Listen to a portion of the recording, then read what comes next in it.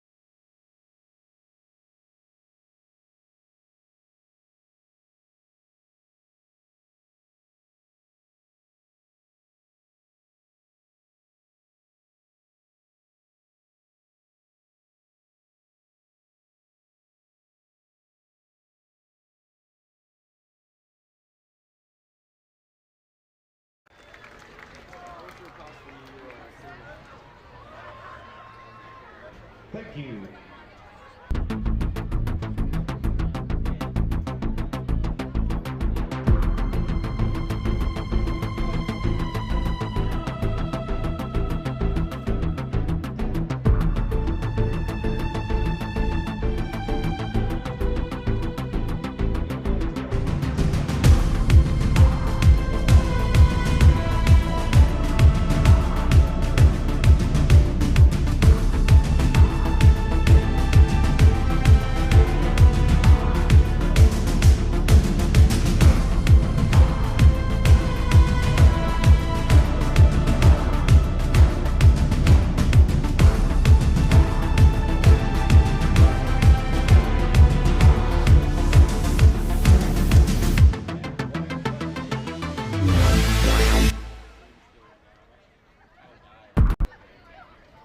As Pleasant Grove takes on Granger Lancers in West Valley. We got a 30-minute delay to this game. Pleasant Grove's bus broke down on the side of I-215. Luckily, everybody's okay, but we were driving up. We passed the bus, and we're like, "Those are some nice blue jerseys in there." That says Alpine. That says Alpine. But everyone's up and everyone is safe, so we will be beginning the game in just under 12 and a half minutes. We were sweating a little bit, not just because it's so hot outside, but we're like, they're stuck. This is a 6A, 5A matchup, but it's not going to look like that when the two teams are on the gridiron. Granger's a really talented team. They got blown out by Corner Canyon a couple weeks ago, and why are we telling you this right now? Let's run a pregame show. Yeah.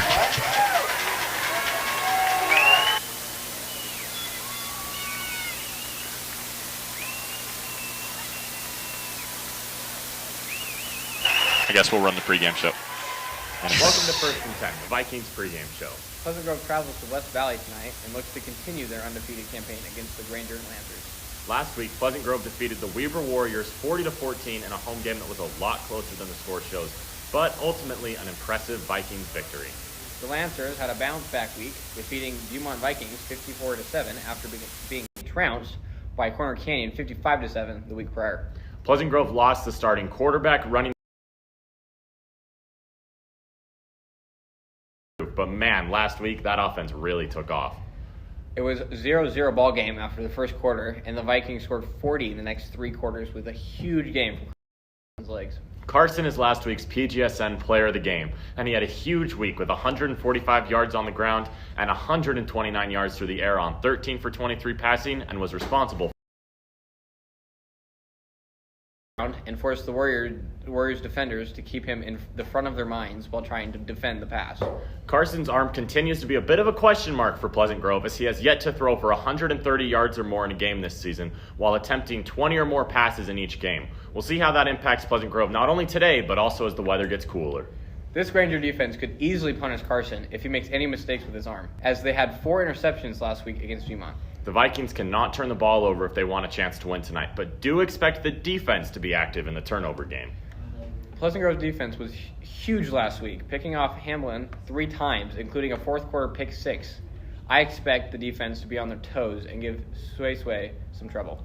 The Vikings defense has been the anchor for this team, only allowing 14 points all season, and will need to be stellar again if Pleasant Grove wants to win this game. Pleasant Grove's defense shut down star quarterback Easton White in Farmington in their first game and gave Hamlin and the Warriors all they could handle last week. It's not hard to believe that they could give the same trouble to the Lancers this week. If Pleasant Grove's defense can continue playing the way they have been, and Carson can make some plays either with his legs or his arm, I expect the Vikings to have a good chance at winning this ballgame. Can Pleasant Grove keep their undefeated season rolling, or will Granger pull off the 5A upset and take down the Vikings at home? Find out next on PGSN.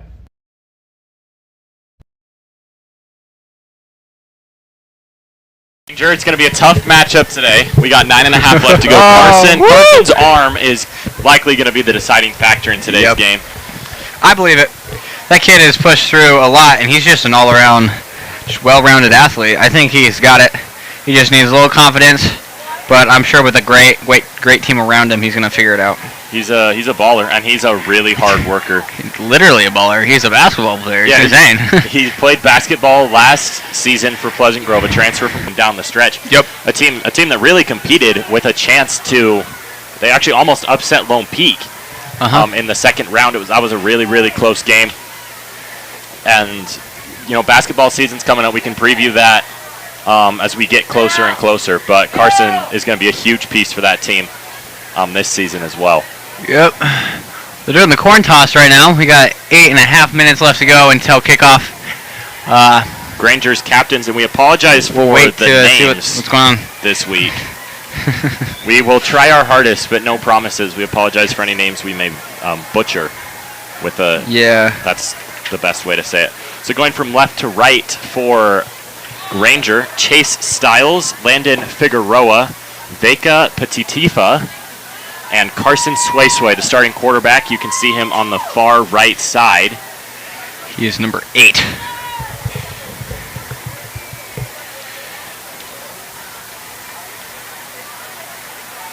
As whoever won the coin toss elected to kick in the first half. And I believe it'll be Pleasant Grove kicking. We'll see. Are they getting some figures or? Oh, no, Pleasant Grove will be receiving to open the game, and Granger will be kicking off. So Pleasant Grove has a little bit of a harder field position. I don't know if you can really see it on the broadcast, but going from north to south on this field, you're, especially as a right-handed quarterback, you're going to be looking in the sun. No good. I think they got it, though.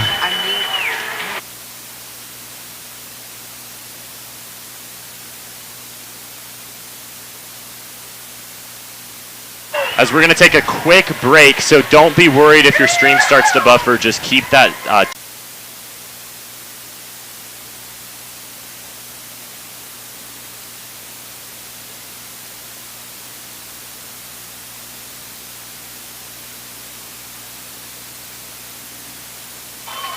All right, here come the Granger Lancers. They got a pretty ecstatic student section. They are sitting in the sun, but we feel that because we're right behind them. Luckily, Granger's got some really nice people over here. Let us use their press box. Makes us feel a little bit better about ourselves. The shade Gives is us some creeping confidence. towards midfield. You'll be able to see that move as the game goes along. Once you can see the whole field shaded, you can start to feel a little better for us as we're staring into the sun. But don't feel too bad, though, because we'll be just fine. The shade does affect the players a little bit. It's a little harder to adjust to the football moving from the sun to the shade. It's a really big problem in baseball that you'll see sometimes. Not as much in football, but it does affect the receivers and backers going when you're passing across the field. All right. So Granger's having a little bit of a team huddle on this sideline. I'm getting some Forever Strong flashbacks. I don't know if you guys have ever seen that rugby movie, but some real passion in these players, and that's what I really love about high school football. It's just pure passion from these guys. There's nothing better than Friday The Vikings night defense has been lights. an anchor for Especially when the this sun team, is the only light. 14 points all season, and we'll need to We'll be get stellar lights again at earlier and Pleasant earlier. Grove. Nice We'll go on later. August Pleasant Grove's afternoon. defense shut We'll down have star some later quarterback today. Easton White in Farmington in their first game As and gave Altrice Hamlin Fail, and the the Warriors star all they wide could receiver handle for last the week. Lancers, It's starts not hard to to get their believe team that they could give and the their same trouble student to the section Lancers this week. hyped If up. Pleasant Grove's defense can Pleasant continue Grove has playing the a way they decent have been, showing for a Carson can game make some that's plays about an either hour with his away. legs or his arm. I expect If the you guys Vikings want to a have good little bit chance of winning this ballgame. kind of know where we are, we passed the Maverick Center, which is the Grizzlies hockey stadium. And for you who Find out still don't know where that next is, on we're BGSN. probably just about 10 minutes, maybe 5 minutes south of Salt Lake City International Airport. But, I mean, I feel like the road trip was worth it. It's fun hanging out with the crew, It's definitely always having worth it. fun. We have a great stadium out here that we're visiting, and we have a great game on deck. Pleasant Grove, the Vikings versus the receive. Lancers. Yep. As Carson Rasmussen and the Vikings offense should start, they should start. Last game, it was Weber who kicked off to open the game, and it was a little bit of a not-so-sneaky onside kick that they recovered Oh, wow. that opened up the game. Sneaky, sneaky. I've seen that a couple times in high school games. Last time I think it was from Lone Peak. But, yeah, they like to do that. It's On Cottle on the far end, or excuse me, that's Riker Mickelson on the far end of the field, and then yeah. We're going to do our Dale best McCoy on the close side. We're going to do our best. Yeah, it's Riker and Kale back to receive. So college football starts tomorrow morning, but first we got some high school football, some Friday night lights from the back, a defensive end, and a middle linebacker. Whatever you need.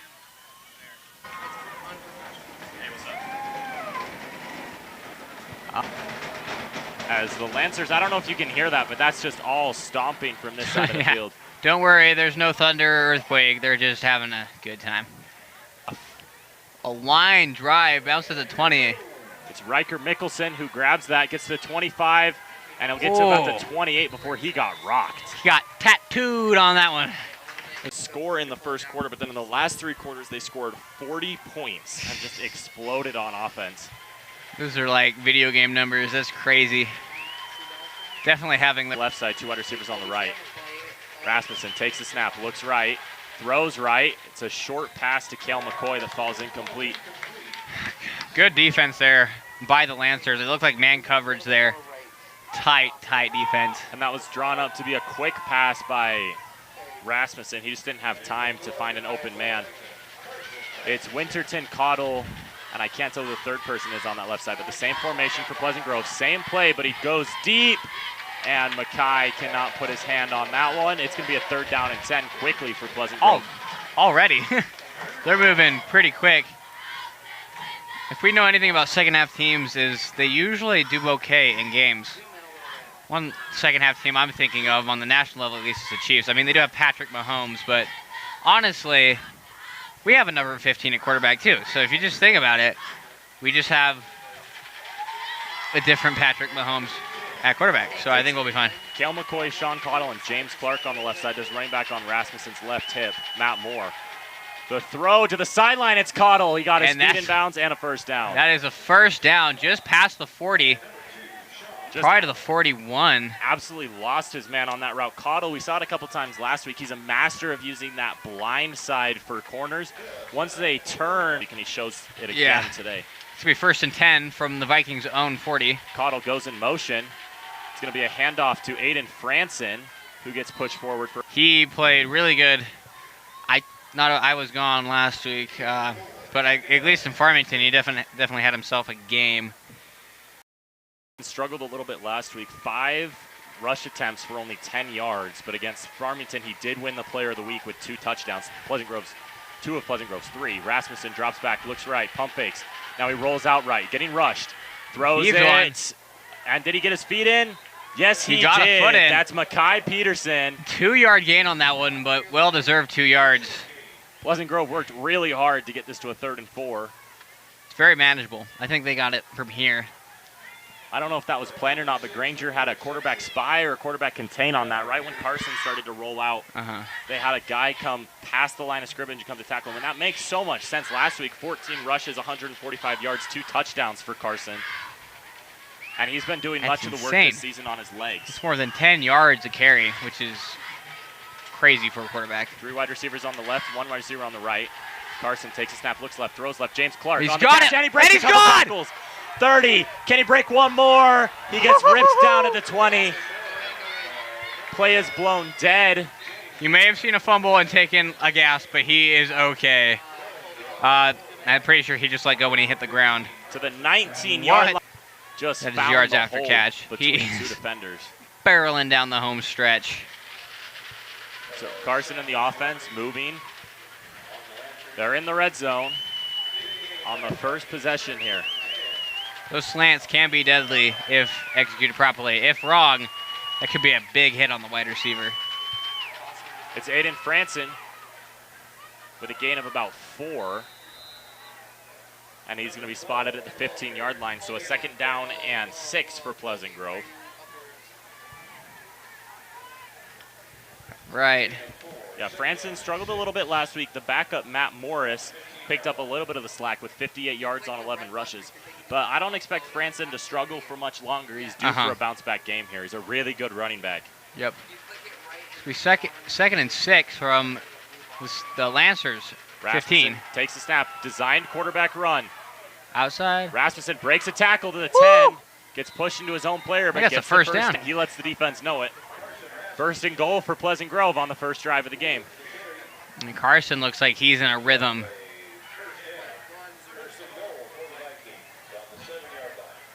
We talked in that first pregame show against Farmington about how Pleasant Grove was going to replace Nick Staffieri's production on offense. We didn't know if it was going to be Mason Jensen. We didn't know if it was going to be Carson Rasmussen coming into the season. Carson's taken those reins, and he's ran with it. As there's a handoff to Aiden, and a short gain of about 2 yards. I will give some credit to this defensive line for the Lancers. They're definitely making every yard that Aiden is getting very hard and well-deserved. 2nd and goal, 5 yards away. Doing their best, for sure. Pleasant Grove with Sean Cottle and James Clark on the left. Carson looks that way, throws that way. Cottle, caught, touchdown. Woo! Vikings up first, 6-0 Pleasant Grove.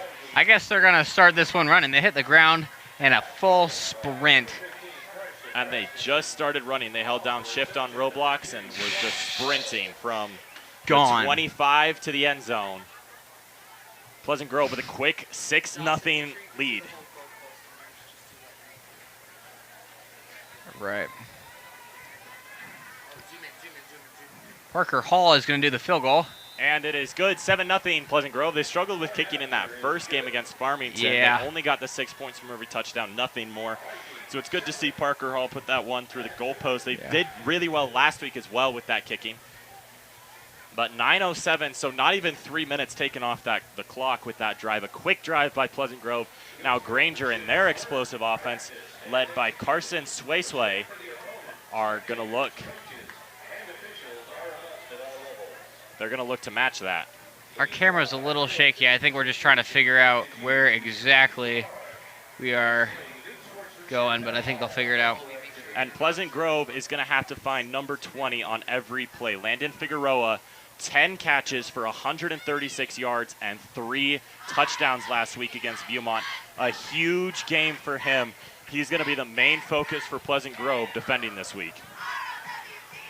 Jovian Key as well, the senior wide receiver number 4, had a big game, averaging 21 yards per reception, 3 catches for 63 yards and a touchdown.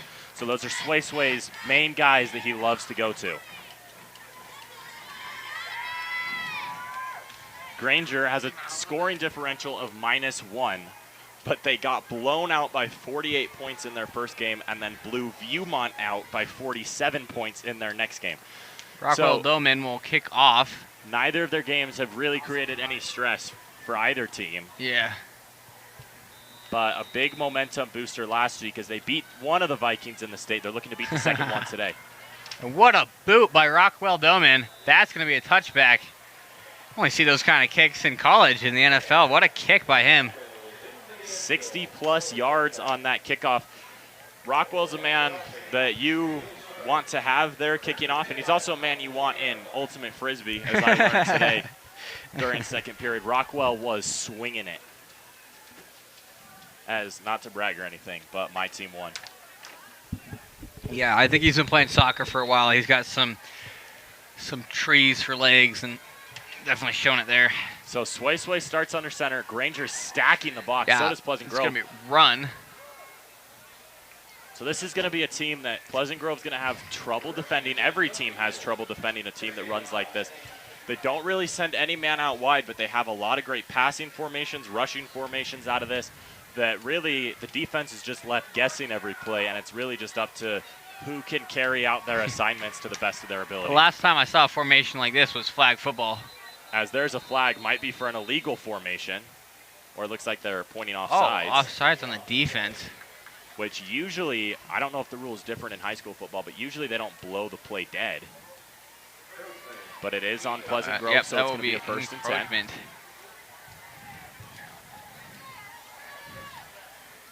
So not a great start for Pleasant Grove's defense, who's been stellar this season. They've only allowed the 14 points to Weber last week, and that's all they've given up this season, which has led Pleasant Grove to a plus 44 scoring differential. But Granger's moved the ball 10 yards in one play. 8:36 remaining. They come out in the same play they were. Oh, And breaking free is Davita Cove. Kale McCoy drags him down. Big open field tackle there. Excuse me, that was Jordan Tuao. Sorry if we don't pronounce these right. With a big Exactly. run. So at the 34-yard line, Granger's looking to answer. Massive. It's going to be first and 10, yeah, on the 34. So Granger In is the just enemy territory. stacking the box on every play.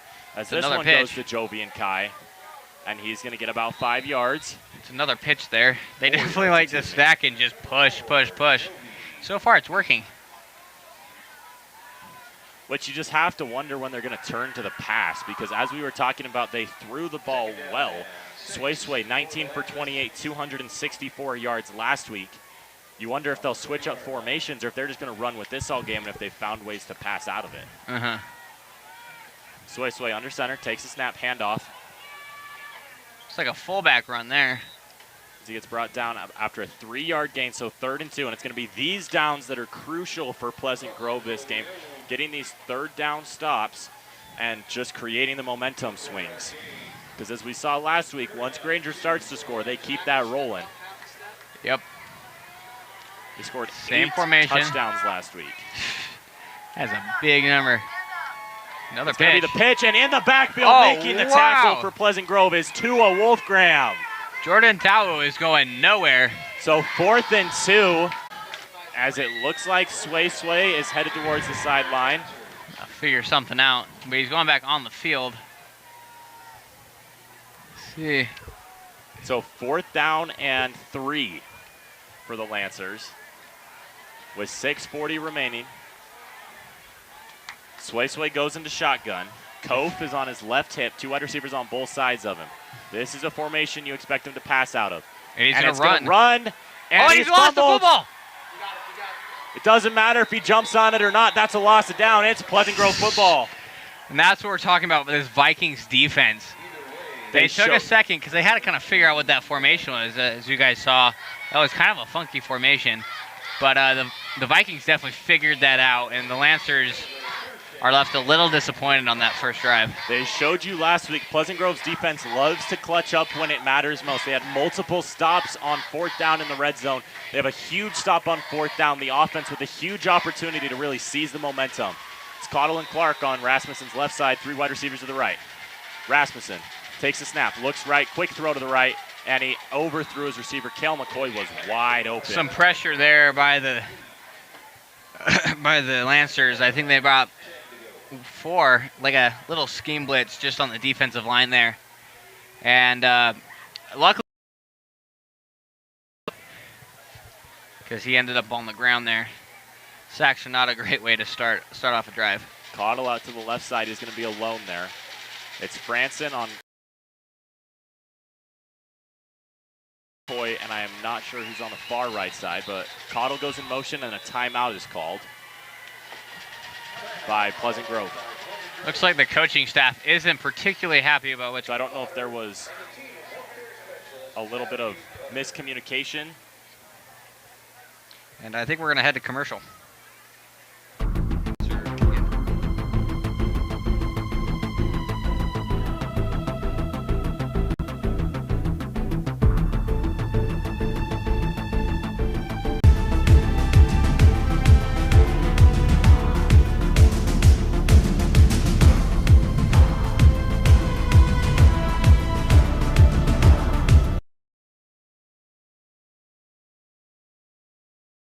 Carson with Aiden Franson on his left hip and Sean Cottle on the far left side, 3 wide receivers on the right. Vikings come out in the same formation they went off on as Franson gets the handoff and it's shut down immediately. Going nowhere. There's a flag thrown on the far end of the field. I'm interested to see what that's about. I'm expecting it to be a holding on one of the Vikings receivers. Let's see.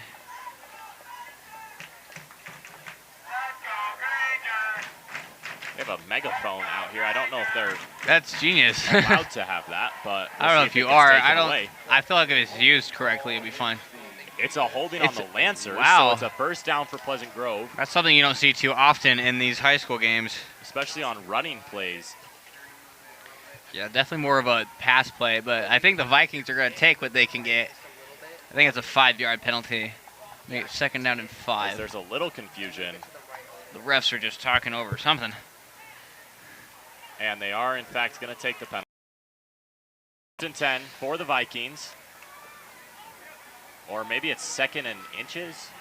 It is going to be a 1st and 10 for Pleasant Grove. Vikings offense is still back at the 25.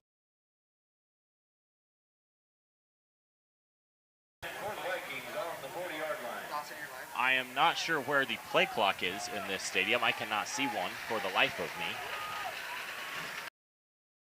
Maybe we'll use our fingers to count. But there's 6:12 remaining in the first quarter. Carson takes a snap, rolls out right.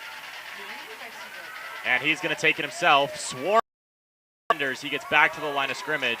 Maybe a gain about a yard, I think, there. The Vikings offense is not going to like the way he was hit out of bounds there. Very physical run there. I think it's clean. So a 1-yard gain to the 41. 2nd down and 9 for Pleasant Grove.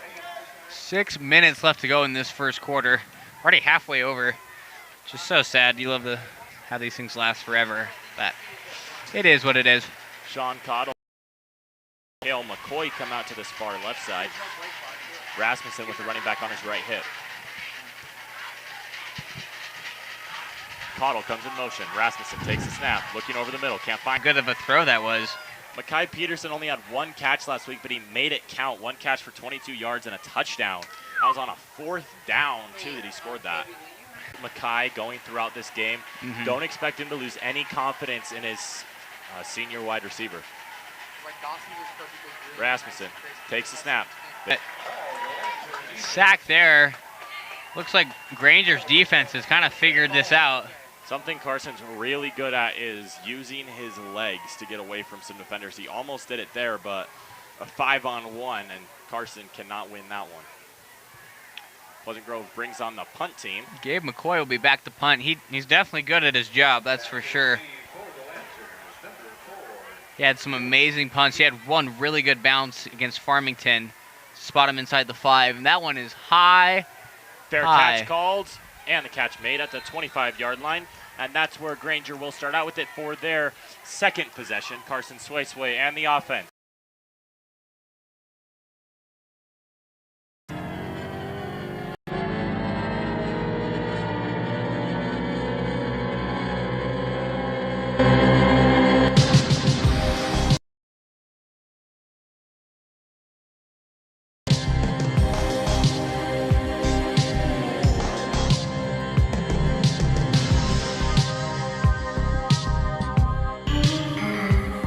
Our first team.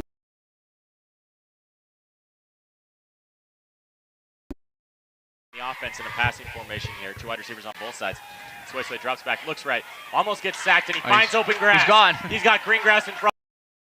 Get pushed out of bounds at about the 42-yard line. A gain of 17 for the Lancers on their first play. Oh, there is a penalty flag on the ground It's going to be right now. Holding on Granger. That is a shot in the foot. That's something we like to call hidden yards. Something you can't get back and something you don't see on the stats, but something that definitely affects a game. I was researching for the pregame show. I write them, and I was looking, and I saw that Granger, sorry for that subtle flex, but if you think they're good, it's a subtle flex. If you think they're bad, then it's not a subtle flex. But either way, I was looking at it, and Granger doesn't really struggle with penalties, but one thing I noticed is they don't get a ton of penalties, but they get a lot of penalty yards on those penalties. So they're big penalties that they're committing. And surely there has to be a couple of games that are just crucially. Moves them all the way back to the 15-yard line. First down and 20. Even though that run didn't count, it looks like we have 2 quarterbacks that really know how to take off and use their legs. Sway takes a snap, looks left, throws left, and it's It's not intercepted. Almost intercepted. That would have been the craziest picks I've ever seen. Gabe McCoy with a great dive to swat that one into the ground. We have a lot of versatile players on either team doing all they can to help their team in just many, many positions. As if you can see down on that sideline, you can see some PGSN current and former members. Jared Ramirez is down there filming for us currently, and then Josh Hanks and Dallin Dickerson also down there as well. Sway, the backfield, 3 wide receivers on the right, takes the snap. He's going to look that direction, and it's a screen and a great tackle made. That's be number 9. Tyra Brown, and he let him know it. He is also our tight end, so it's good to know if Carson makes a bad call, we got someone who can tackle on offense. That's something you'll see a lot in high school football, is a lot of great defenders who are also great on the other side of the ball. Just really quick guys.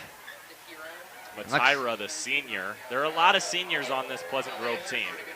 Looking at this roster, there's at least on the first page, so anybody with the number 22 or lower, there's a lot of seniors. The big thing for Pleasant Grove, though, Carson Rasmussen is a junior. Riker Mickelson's a junior. That's a big 1-2 punch in the offense that'll be coming back next season. Yep. So 3rd down and 19. I think Granger's took that timeout, and I think we're going to go to commercial.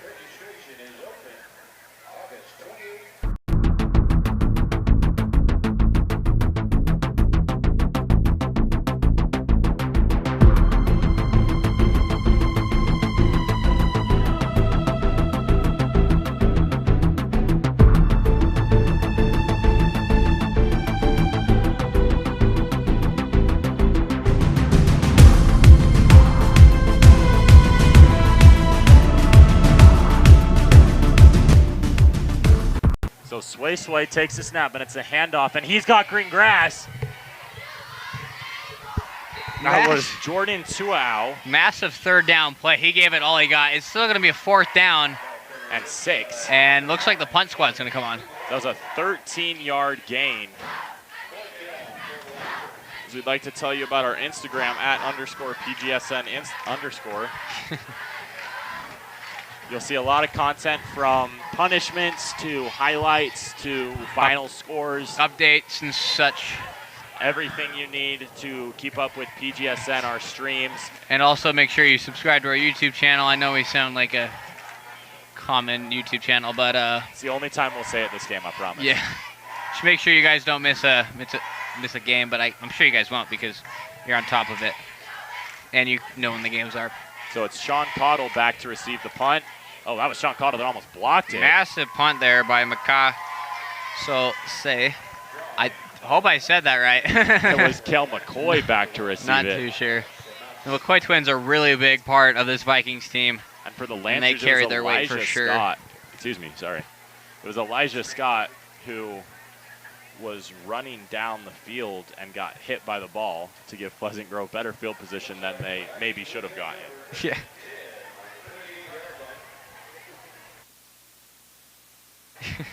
It's 3:29 remaining in this first quarter. Both teams have 2 timeouts left. Pleasant Grove with their 3rd drive of the game.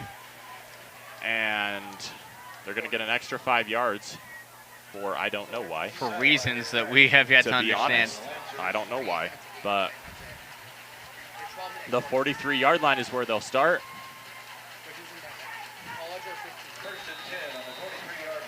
Rasmussen has Morris, I believe, in the backfield with him. He takes a snap. Play action. Aka Sonasai. Can't really see his eyes from here, but I could tell from the way he was moving. He had some fierce in his eyes. He was locked on the end zone. Well, broken one more tackle. It would have been a.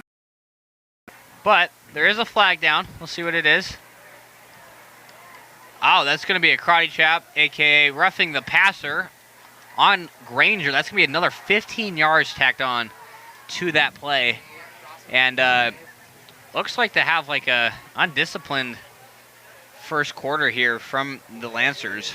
So down to the 31.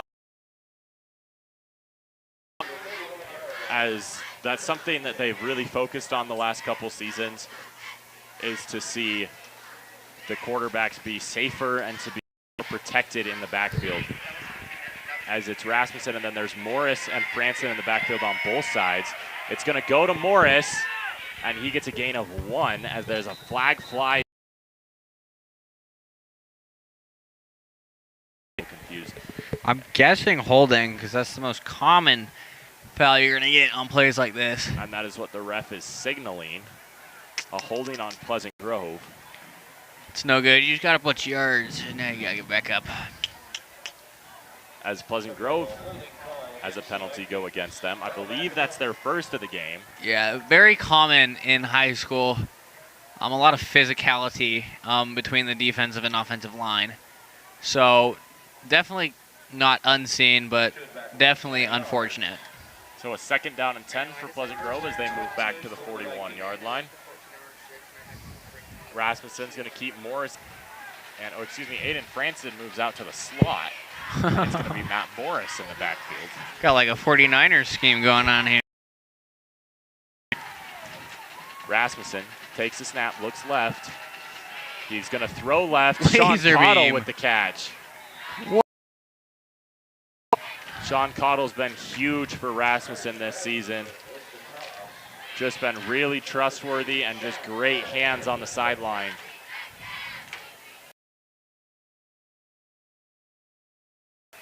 Trips on the left. Rasmussen takes the snap, looks that way. Now rolls that way, evades a tackle. Flag thrown. He throws it into away. the Granger sideline. Flag on the play. I think it might be another holding call. That's something that's common once the quarterback starts to take off. The offensive line will try and keep their guy contained for as long as they can, and they'll make some holds. As it's on the defense. A face mask on the defense. I'm guessing it's hands to the face. They said face mask, I think there. I'm guessing it's because of a hands to the face. Must be. I'm not sure. I didn't see anything there, but in the same area. As you were talking about that physicality between the offense and defensive lines, that affects both sides of the ball. The Lancers are not happy So with some themselves right now. quick momentum swings. Pleasant Grove on the 31, then the 41. Now they're on the 19.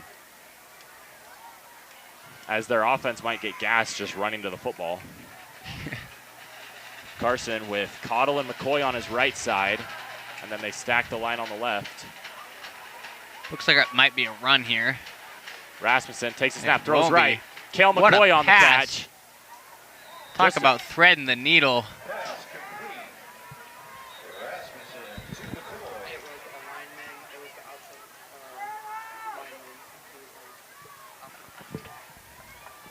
So 2:07 remaining in the first quarter.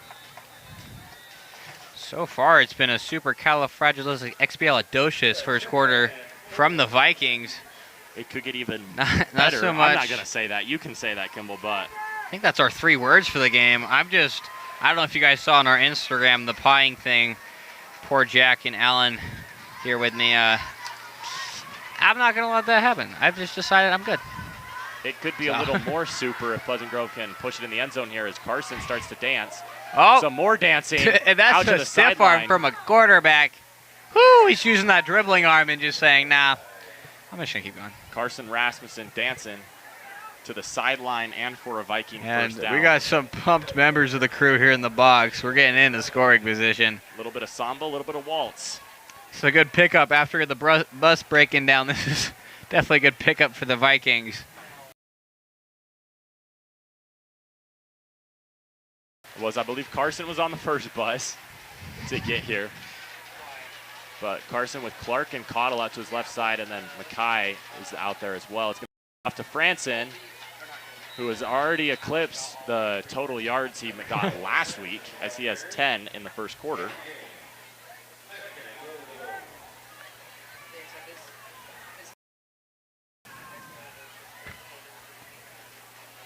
As hustling off is a Granger defensive lineman. Carson now with 3 wide receivers out to the left, 1 man to the right. Rasmussen takes the snap. Almost fumbled that one, but he stays up all the way to the 6-yard line as Pleasant Grove with a 3rd down and 6.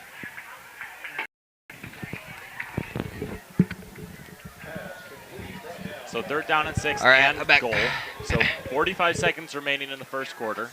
Again, I have no clue where a play clock is or if they have one here, but Pleasant Grove does have to snap it before the quarter ends.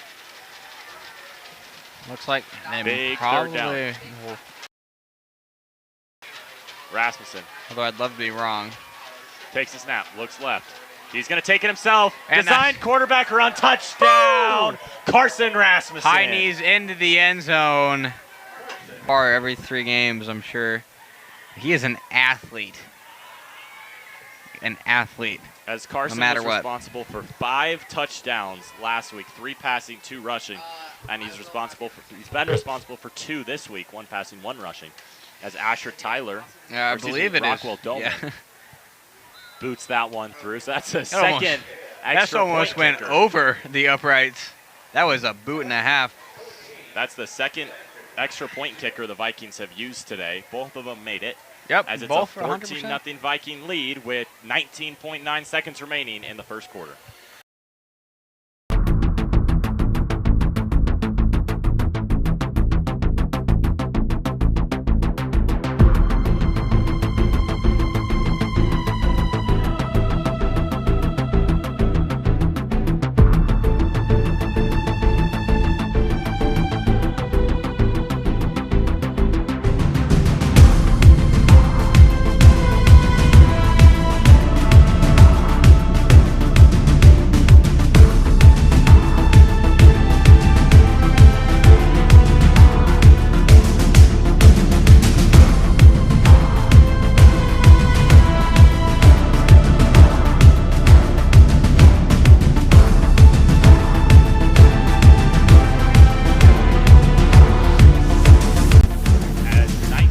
As 19.9 remains in this first quarter, and Rockwell Doman boots that to the back of the end zone and much farther. That That was almost at bounced. least a 70-yard kick. Oh, wow. Looks like if he chooses the football route, he's going places. Either way, if he's going soccer, he's also going places. That kid, as I said, has got some legs on him. So Granger with a big drive here, down 14-0. The last thing you want to do is give the ball back to Pleasant Grove and give them a chance to go up 3 possessions. We'll see what happens.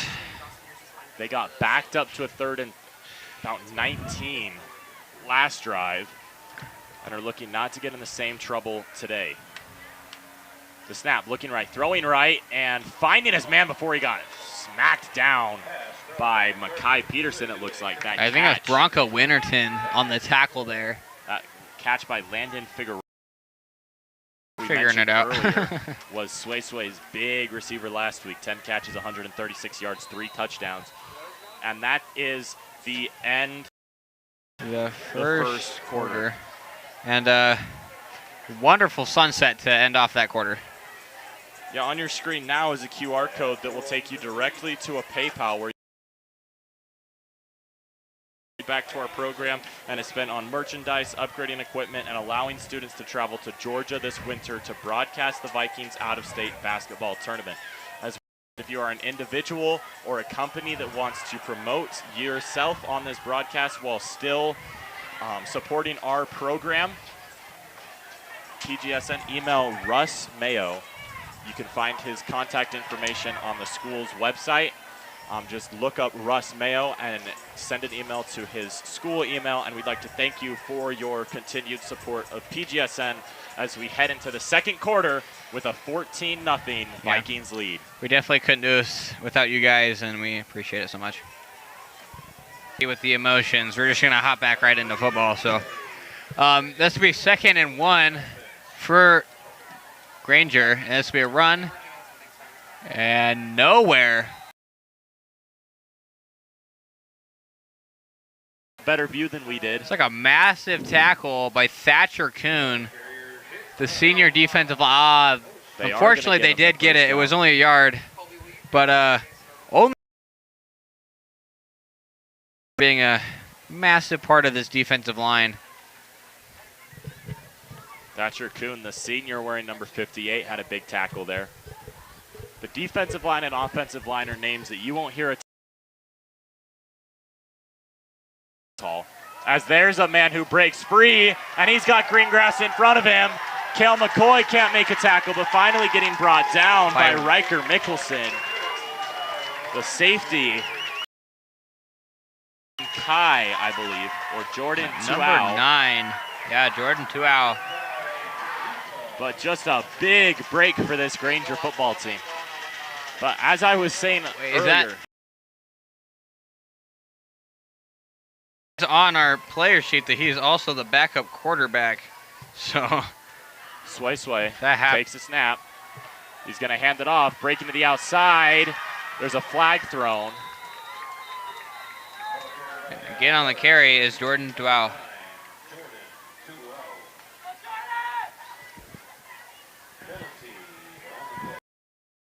There's a flag on the play, and it's going to go against Pleasant Grove's defense, a face mask, which I believe that might have been on the first attempted tackle of Tuau.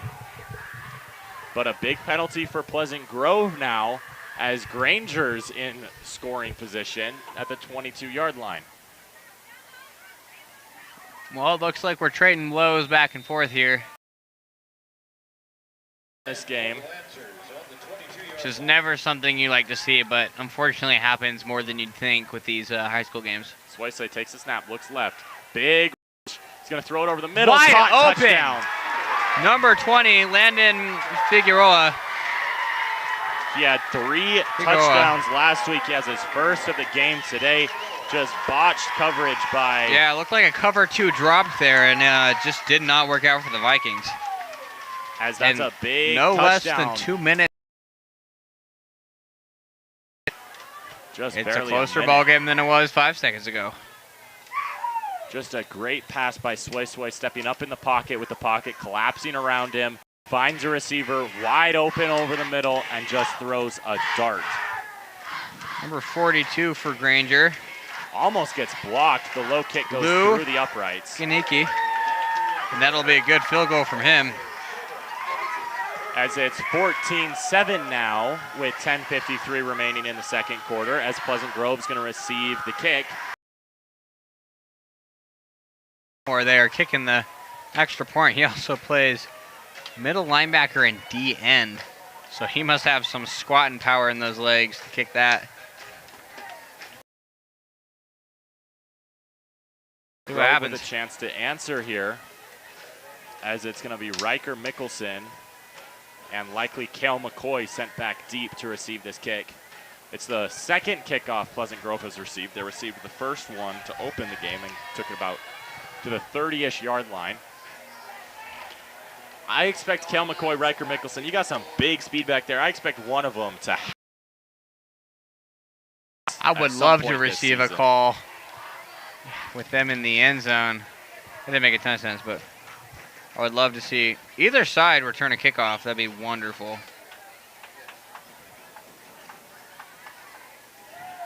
As it is Kale McCoy and Riker Mickelson back there.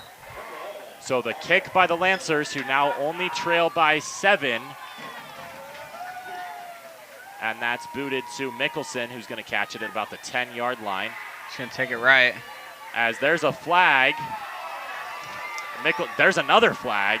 So it looks like we might have 2 flags, one on the Vikings and one on the Granger Lancers. If I had to offset. guess, that second one, the might first have been a one hit looked to the like head. a chop block or a block Illegal block back. of some kind. The second one looked like a face mask. That I don't know if that was a face mask on that second one. Let's see what they say. The first one's a holding on Pleasant Grove. And that's the only one, it seems. So backs him up all the way to the 15-yard line. So That Carson is Rasmussen. no good. Carson Rasmussen leads the offense onto the field. As this has become a big drive for Pleasant Grove in their offense. Woo-wee. As we just mentioned, Granger doesn't want to give the ball back and let Pleasant Grove go up by 3 scores. Pleasant Grove doesn't want to give the ball back and give Granger a chance to tie. So it's going to be Rasmussen and Morris in the backfield, with Mekhi Peterson on Mekhi Peterson and Kale McCoy on the right side, and then 2 wide receivers on the left. It's Peterson in motion. He's going to get the handoff on the jet sweep. He's got green grass. He's got green grass. 30 to the 40, past midfield.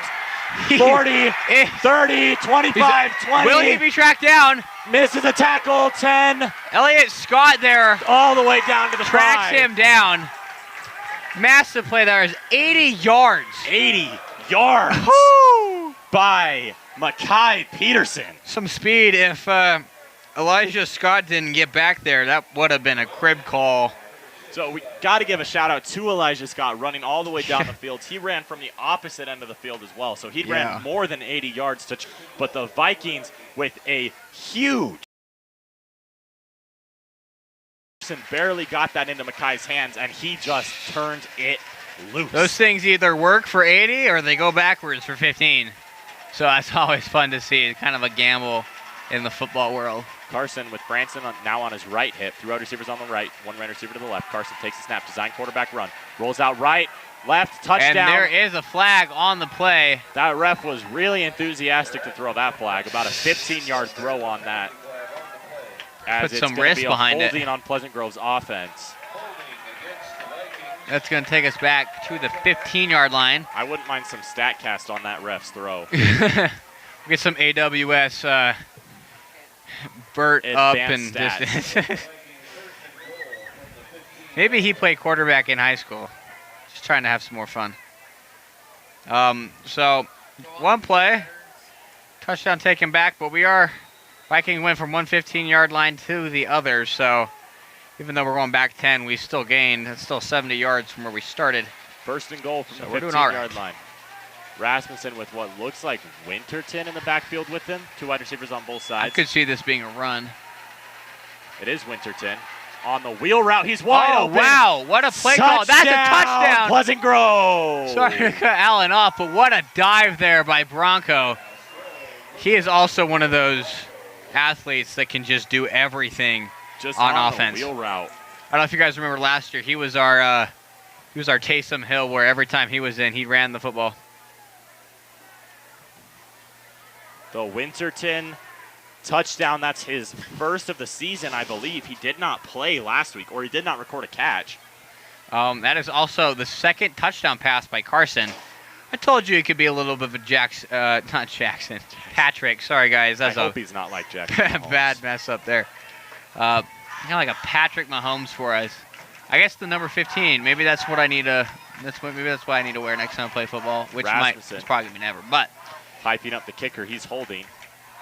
The snap, the hold, flag thrown. I mean, it's good. We have a different kicker in for this one too. This one is Roberto Gandia, not kicker. Sorry if I butchered that name. I speak very white English. So encroachment on the defense. Looks Carson like said he Pleasant wants to Grove just decline it. Wants to decline that and take the point. We'll just take it. Or you could also believe it's a 1-yard play now. Carson and the offense might just want to take Looks a like snap and run it in. Looks like they have. I don't know if they're. Carson does not want to re-kick this, but I think the refs are telling him he has to. That's because the penalty happened technically before the play. So I believe you cannot decline it. Maybe they'll make a different call here. Oh. But you cannot decline it because the penalty happened before the play. Roberto on. Let's see. Blocked, and it's still went in. It's still went in. So Pleasant Grove goes 2 for 2 on those extra point kicks. Only kicker so far for the Vikings to kick 2 field goals. I've heard a double quarterback, seeing what quarterback can do better, but I never heard that with kickers. So. We have a great view here as we watch the sun go down. Players, I'm sure, love it. They're starting. Have the camera show you guys the wonderful orange clouds of the Utah sky just glistening. The sun's just glistening off those clouds. Definitely one of the best parts about Friday Night Lights is just wonderful, wonderful scenery. As That's why I this truly kicker love this day. on the kickoff is going to continue to be Rockwell Dillman, who's booted it to the back of the end zone every time he's kicked off today. Something interesting I want to point out is the sideline. They have their benches in V shapes. I wonder what that's for. As Doman with Probably to another bring the booming players kick. closer together. This one's short of the end zone. Weird They're going to take bounce. it out. It's going to be number 11, Usi Tau. And he's going to regret that one. They're going to start that at about the 17. I guess he can't really regret it because he was forced to bring it out. If he hadn't grabbed that ball, it would have been a Viking recovery. Or they would have started on the 1-yard line. But Usi Tau on the kick return there. 16 yards is not terrible. Definitely not where they want to start. You were talking about that V for the Granger sideline. You'll see that in the NFL and sometimes in college football. So it gives the coach somewhere so all the players if he has something he wants to talk over and show the team. It's really cool what they've been able to figure out to make teams more of a team. Just really something cool they figured out. And that's going to be a on the keep. keeper. And he got his legs taken out. Great open field tackle by Bronco Winterton. Wonderful stuff there. And a great read by Still a Sway first Sway. down. He was going to hand that off. And he held on to that. You saw there was a Viking defensive end crashing on the side. And Sway read that, pulled the ball, and took it 10 yards himself. So a great play by Sway for a Granger first down. All right, they will start this 1st and 10 from their own 28. Just over 9 minutes left to go. Sway with the snap. This one will be given to the running back for a gain of 2 or 3. Riker was the main tackler on that play, along with the crashing in of the defensive line. Something good. I will say part of this wonderful defense the Vikings show is definitely some really good run defense. A little trickier because they do let up some yards because running is kind of more common in high school, especially for now. But they do a pretty good job of it. You'll see the running get turned up even more as the weather gets cooler. Vikings show blitz. They rush 6. It can't get through. Catch made by Figueroa with a man on his back. Bronco Winterton in coverage. He held on to that. That was some tight grip there. Figueroa, just a big name for this Granger offense.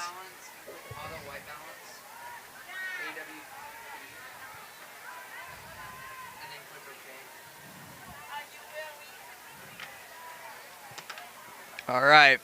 Granger now on their own 46. They keep moving. So we have a pass by Sway and a wide open receiver. I think he might have he's stepped got out that. of bounds, and Oh, he did. He's they're saying incomplete. incomplete. I might have seen some green in between the foot, but ref definitely had a closer look. That was Let's replay that one if we 11, can. number Usitao. Might be a little too late to replay that one. But just The returner mistake. of the kick, also playing wide receiver, very common. But they're going to say out of bounds. Either way, it's still an amazing catch. Sometimes those don't count, but sometimes it's still good that they happen, so you know you can do it in the future. as two wide receivers on both sides for Sway. And a running back on his right hip, takes a snap, looks right, throws right. Passes what looks like batted it to line of scrimmage, but still caught. Pretty by himself.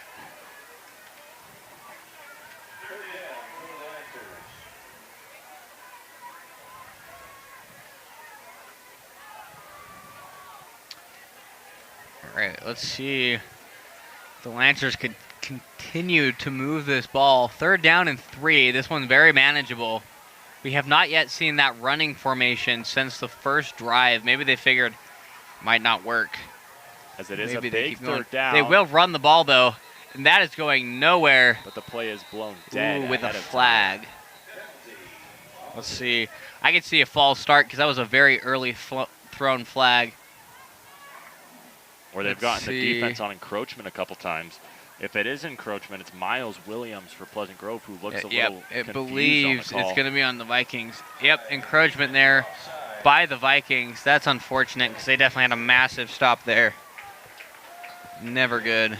Looking really quick around Pleasant Grove's region. Cedar Valley is up on Westlake 3-0.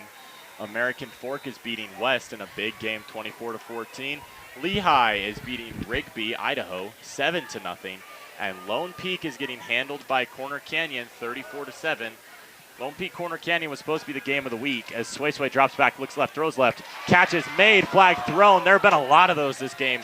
I'm not a huge fan of the flags. Some people are fine with the flags as long as they go pretty equally to both teams. And when there's a penalty, the penalty's I feel like it's called. been pretty even, though. That's another pass, again, to Landon Fagoa. Sorry if I'm saying that wrong. He had 136 and 3 touchdowns last game. 6:53 Definitely the remaining big in part of this second quarter. offense. Let's see what the penalty is on. In the Vikings region, Skyridge is also playing Farmington, but we do not have a scorer for that game. Unfortunately. So it looks like, Will be on Granger.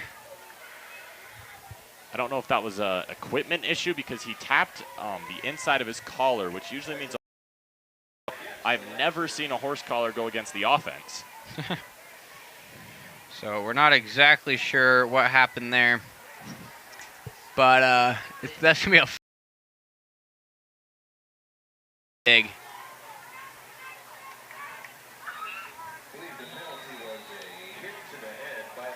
A hit to the head is what the That's PA what's going announcer on. said. 6 minutes and 53 seconds left to go in this quarter. And some booing from the Granger sideline. Definitely understandable there. Something I would be very upset at. You can understand it Very from something that many people like to see in the game. They like to, as it said, let the boys play. Sway. screen pass. That's going to be a tackle And another flag flies in. by These refs are really enthusiastic Brown to throw these. and I think the other Gabe McCoy, I think we're on the tackle there. They're looking, if I'm being honest. I think it's a block in the back. We're getting some insider sources there. It's going to be blocking back on Granger. Grove Smart decided call that a second there. and 25 is better than a first and 35, which I like to see. I hate to see the penalties. Again, like I said, I hate to see the penalties. If Yeah. they're being equal on both sides, Which they definitely have been. it has seemed pretty fair, but I do weirdly like to see the big numbers on the scoreboard. I believe last week Pleasant Grove had like a 3rd down and or last season, excuse me, they had like a 3rd down and 50. in their playoff game against Bingham. Yeah, I feel like it's high school sports. Maybe let them play just a little bit more. I understand it's for safety reasons and whatnot, but And if there is a safety concern, sometimes obviously it's a it makes little frustrating. complete and total sense to make sure everyone I is think safe. timeout has been called by the Vikings. Maybe just kind of figure out. If I were the Vikings, I would hang back a little bit. No need to cover the short stuff, as they do have 24 yards of leniency on this second down. As I was talking about a little earlier, the Vikings had 8 penalties last week against Weber and 10 penalties the week prior versus Farmington. On the Granger side of the ball, in their blowout victory last week, they had 13 penalties. Viewmont only had 3. And then the week before, the week that they got blown out, the Lancers had another rough. Both teams definitely struggle with penalties. Or, excuse me, you cannot see penalties from the week before. Nobody. All right, Sway's going to drop back, step up and launch one, and wide open is Landon once again.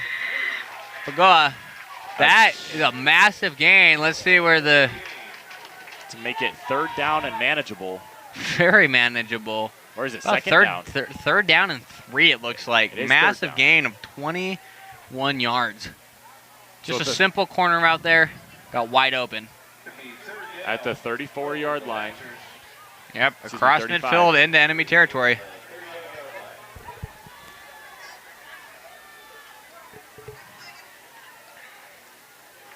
Sway with 3 wide receivers out wide to the right, 1 man to the left, and that is Figueroa on his left. He takes a snap, looks right, designed quarterback run, it looks like, and he fumbles, picks it back up. I believe you're not allowed to advance a fumble, or maybe only the man. I think it's only the person who fumbles is allowed to advance the fumble any further. But a big 1st and 10. Granger was looking at a 1st down and 25. And they convert. It's definitely something the Vikings offense have not been happy about. That's definitely a big shot in the foot there. As a 2-possession lead would be just something you absolutely hate to give up here. See if the Vikings defense can clutch up. They have a lot of stands out here, and they're pretty filled. 6:01 remaining in the second quarter. Vikings lead 21-7. We'll be back after this.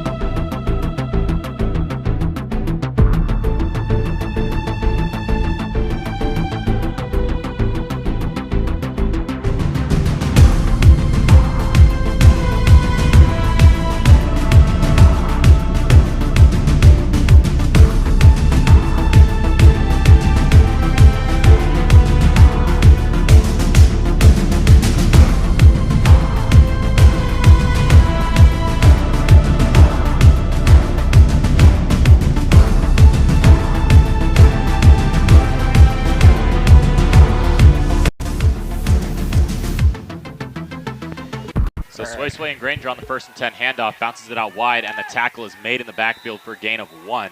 Riker on the tackle, and Jordan Dow on the run there. It's a gain of 1. The Vikings defense has been huge today. Unfortunately, they have let up a lot after 25 yards needed to gain. Kind of crazy. So 2nd down and a short 9. It seems, as Sway in the backfield. He's played a great game so far. They only have 7 points to show for it, but really no mistakes made as he drops back, looks left.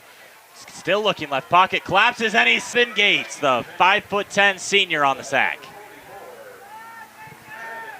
That's the first tackle for Sway. As long as they can, Sway just didn't have a chance to get away from the collapsing pocket.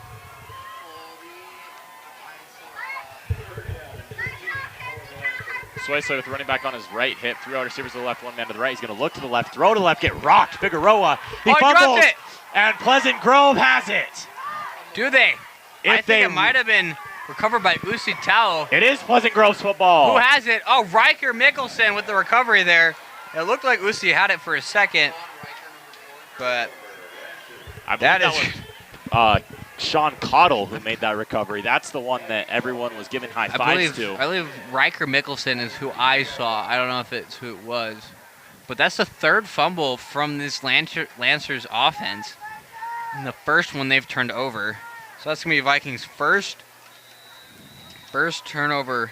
I guess the Lancers' first turnover of the game. Pleasant Grove, we talked about it in the pregame. They need to win the turnover battle. They're up one now, but protecting the football, they can and score and make it a 3-possession game. Blitz showing on both sides and a flag thrown. I could see an offsides called here. Either the Vikings left got a little too far over, and he did just get a little too far over the line. Too bad there. I understand why they do it in high school, but in the NFL, they give the player the opportunity to, if they can get back to the other side of the ball before the snap is made, the offsides isn't called. As there's the snap, throw, screen pass, and wide open is Cale McCoy. Woo! Cale McCoy, touchdown, Pleasant Grove. way. We have a replay showing now of just the immense shot of a cannon on that play. As he showed early in this game, he's got a want and a need for speed. Cale McCoy with his second touchdown in as many games. Carson's third passing touchdown today matches his season high from last week in just the first half. Carson's going to be on the massive hold. 62-yard screen pass there for the Vikings. As that kick is through, that one was by Rockwell Doman. So the Still, Vikings' third PAT. Still 300% from our three kickers. Crazy stuff, man. I had just said something about Pleasant Grove wanting to milk as much clock, but you can't be too upset over that result. Nope. That was a play that was, I mean, obviously every play is designed to Score. give you a chance to score, but that was a play that was not given like a high chance. That's a play you throw it to the sideline, you let him get as many yards after the catch as he can, and then you just let that clock run down. It just so happened that McCoy took it all the way to the house. Just a huge Wonderful highlight playing there Pleasant for the Grove this Vikings. season. 28-7 is now our score, as you can see on our wonderful scoreboard made by our very own. As we have a different kicker for the kickoff, it's Parker Hall now. So the Vikings just like to spin a wheel to decide who kicks. Must be. As Parker boots that one to the end zone, so it will be a It's gonna hit touchback. about the goal line. In high school football, if the ball hits the end zone or a player catches the ball in the end zone, it is automatically a touchback. Yep. They don't have the opportunity to advance it any further, even if they want to, which usually they do. Yeah. But 4:14 remaining in this first half. Vikings with a 21-point lead. Their offense is rolling after the first quarter from last week. They have scored 68 points in the last 5 quarters. They do not intend to slow down. As this is Sway on the snap. Looks left, throws left. Risky throw. And the catch is made. It's going to be number 9, Jordan Tao.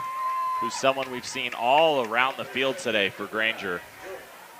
Yep. This has been Rasmussen's best game by far. Both running and passing. And He's done it all. That's saying a lot for him, as he did have 5 touchdowns last week. Or he was accountable for 5 touchdowns. 3 of them were passing, 2 rushing. And he already has been accountable for 4 in this first quarter. Now, me and Jack talked about it a little bit last week. I think you and Jack brought it up in the Farmington game. But we are hoping this Pleasant Grove team isn't a first-half team, and they don't taper off in the second half. They didn't last week. That's when they turned it up. As Sway looks deep, throws deep. And it's caught. I think it's going to be incomplete. Yep. Another pass to Jordan. I think it's his favorite. Not Tuau. It's Figueroa. Figueroa? Figueroa. Well, Tuau, I was going to say, Figure this out. got some head taps. He was tapping his head near that Granger sideline. Excited. Still A bit of some momentum for them, but not a completion. Unfortunately. Pleasant Second Grove, down 10. 3:36 remaining in the first half. Would love to get this ball back. They will kick it to Granger to open up the second half as they're going to run it up the middle. Good play by the Vikings defensive line. That's just something you love to see. We talked about it already. We'll talk about it again. This Vikings defensive line is one of the best in the state. I'm going to give the tackle there to someone who's not on our roster, number 20. Trevor Braby. Oh, there he is. Found him. So third down and 7. Pleasant Grove. Very manageable for a first down, but also in the spot where the Vikings defense can hold them for 4. Third and 7 snap. They rush a ton on the Another sideline. pass to Jordan and almost caught by one hand. Very physical, and that's going to be 4th down. The Vikings were double teaming him. It was Bronco Winterton and Gabe McCoy on the coverage. As Pleasant Grove looks They asked if they could land their ship there, and they said this is a no-fly zone. They'll be incomplete. I believe the punter will come on to the field and kick off or punt. As it looks like the refs are getting after Granger's sideline for something. I believe they wanted a PI call there, but they need them to get back onto the sidelines so they don't have to give them a penalty.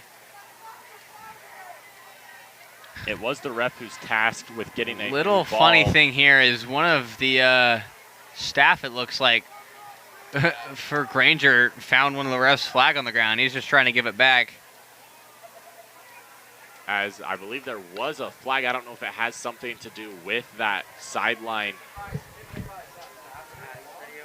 With that sideline infraction and sideline issue.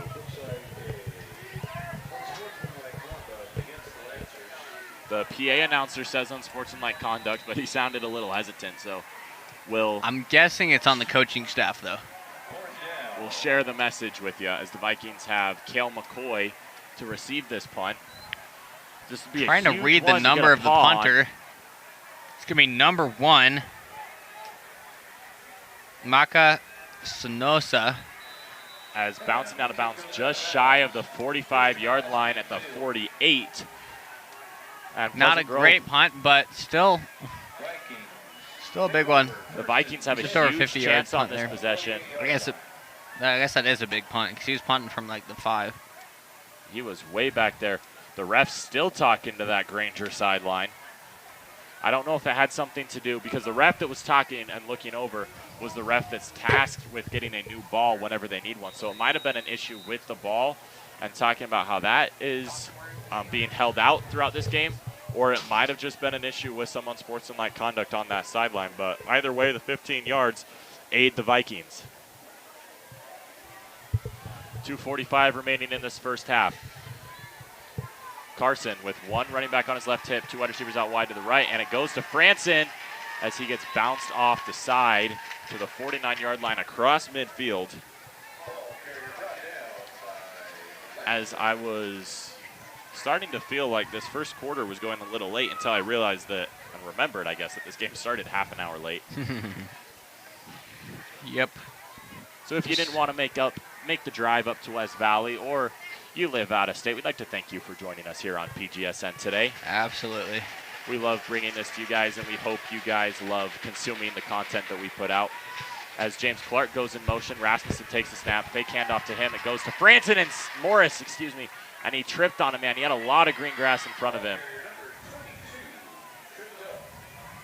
As there was a little bit of a late pushing and shoving between the offense and defensive line. As it is 3rd down and 5. Just over a minute and a half left to go in the first half. So 3 wide receivers out to the left side, 2 wide receivers technically out to the right, as it's Cale McCoy who goes in motion, and they're going to throw it to him. This is a big play that happened last time, and he's got it again. Another one. Massive flag Holy throw. cow. He's going to take this to the house, but we do have a flag down.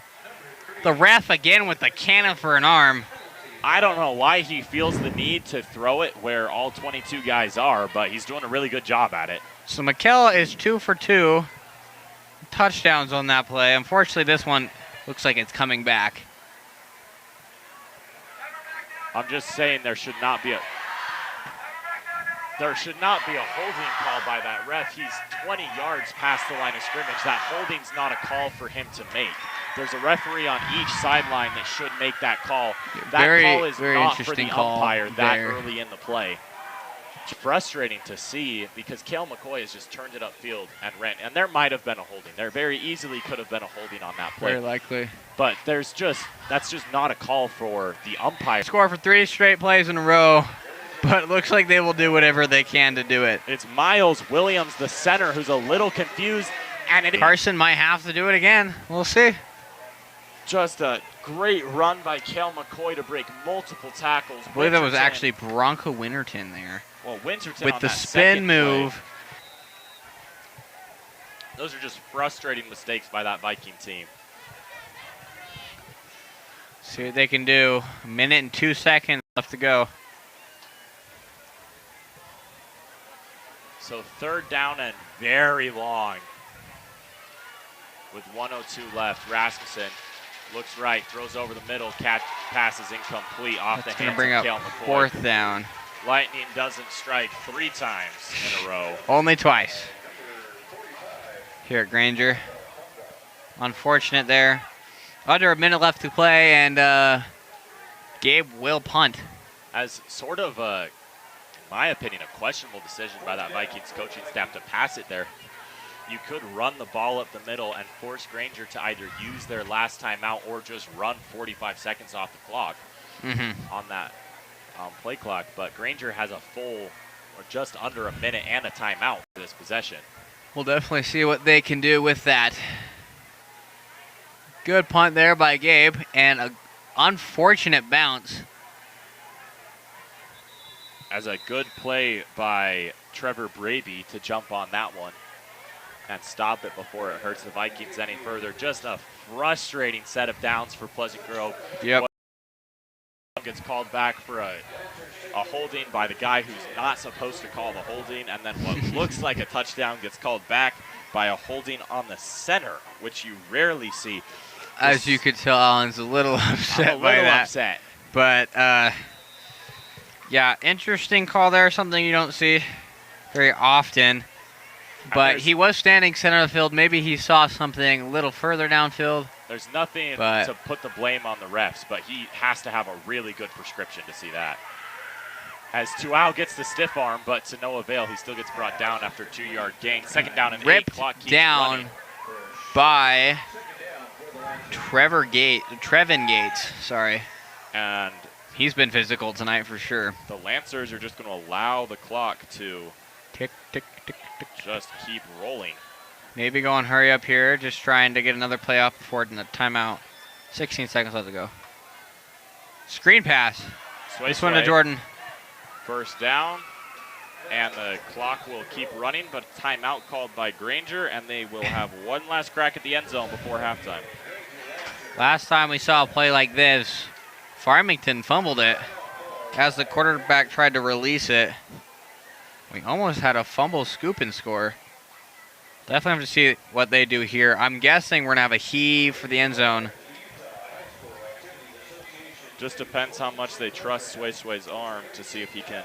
From what I've seen, they definitely have a lot of room to trust and a lot of reason to trust his arm.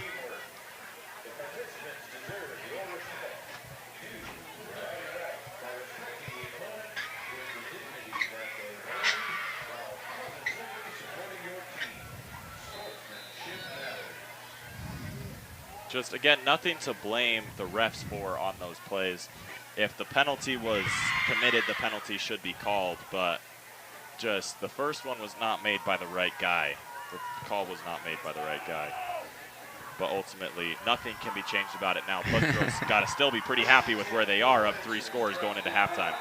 Yep. Depending on the result of this play, with 8.8 left, Sway, Vikings rush 3. Sway trying to figure out.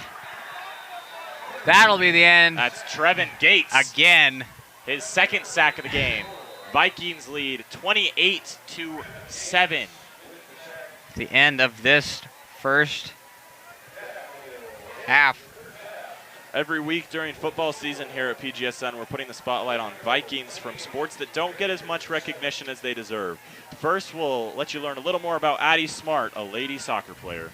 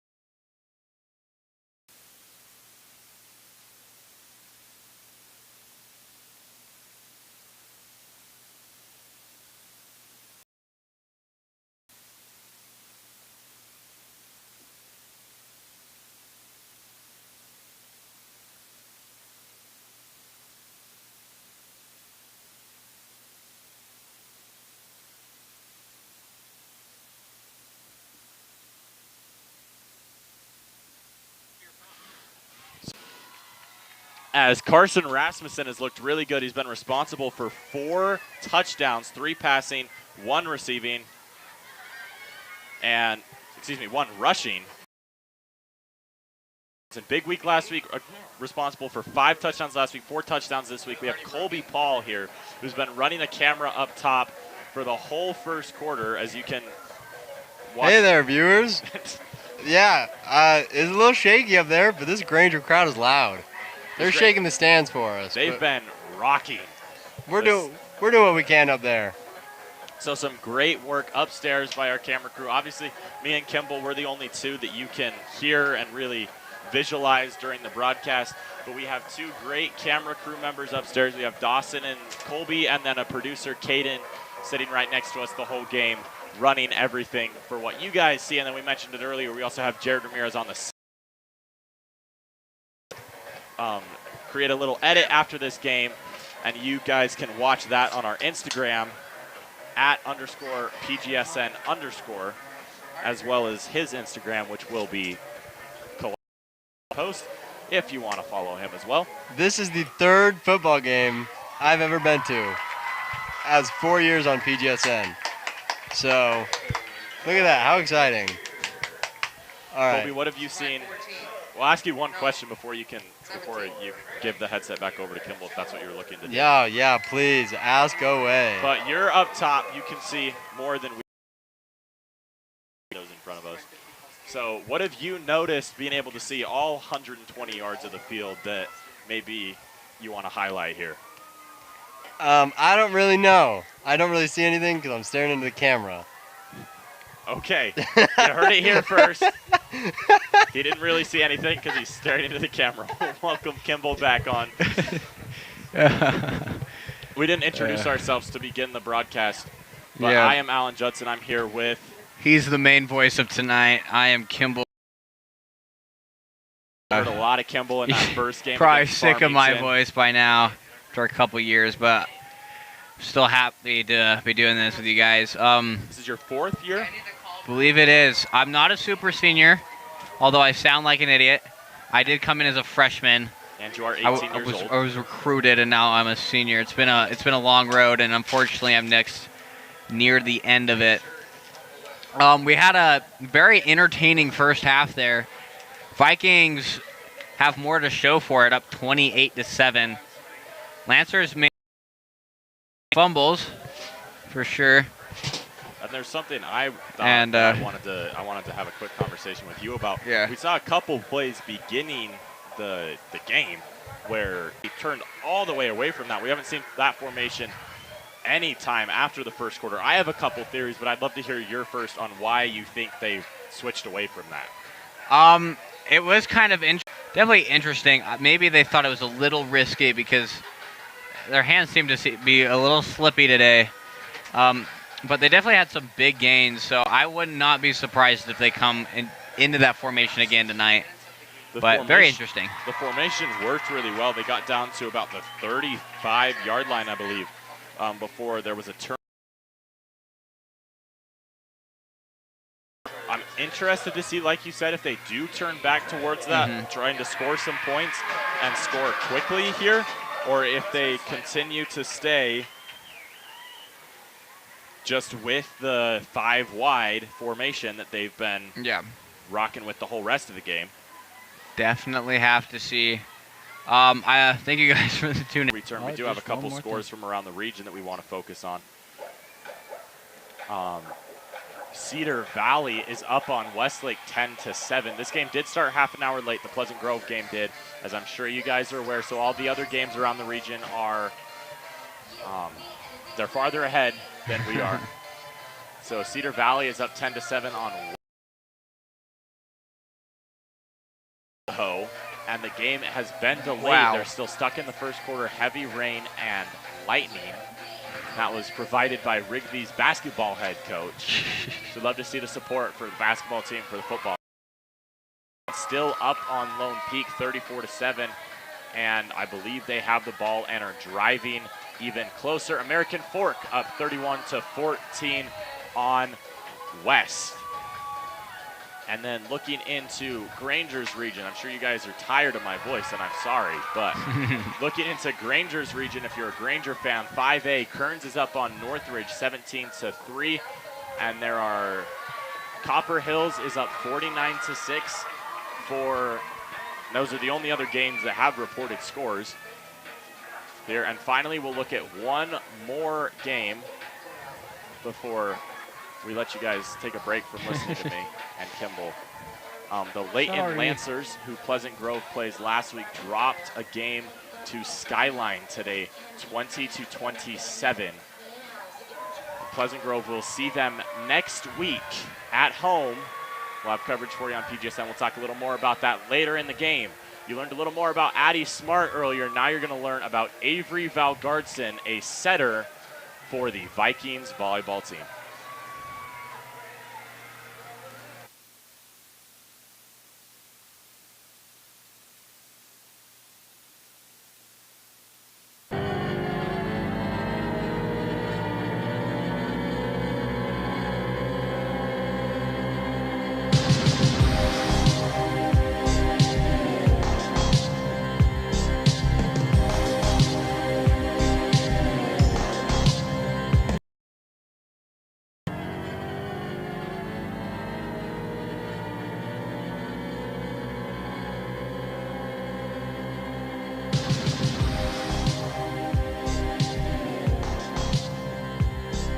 Definitely play basketball. If I wasn't so focused on volleyball, I'd definitely pursue basketball. The culture here is amazing and unmatchable, I think, because everything about it, everyone's so nice and it's just good vibes. And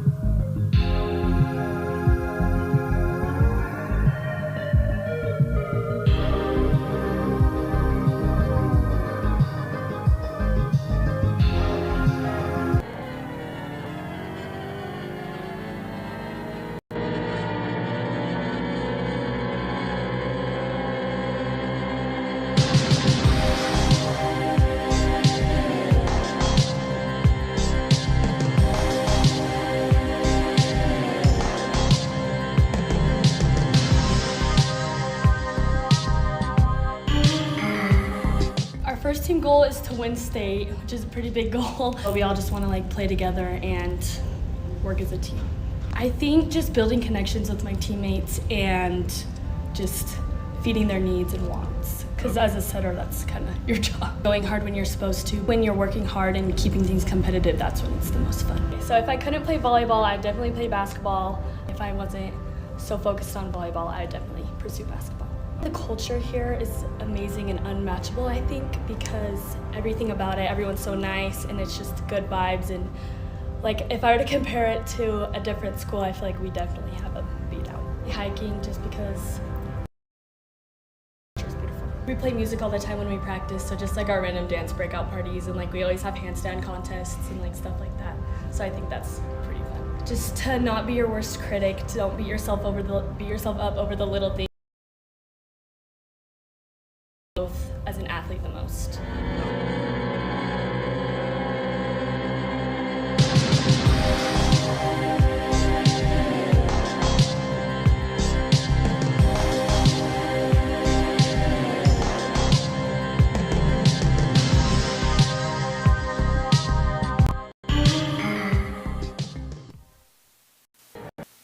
So we are here. You can see yourself over there, but try not to look at yourself too much. I know There it's I am. hard when you're here, but I'm good. I'm a rookie at this, so.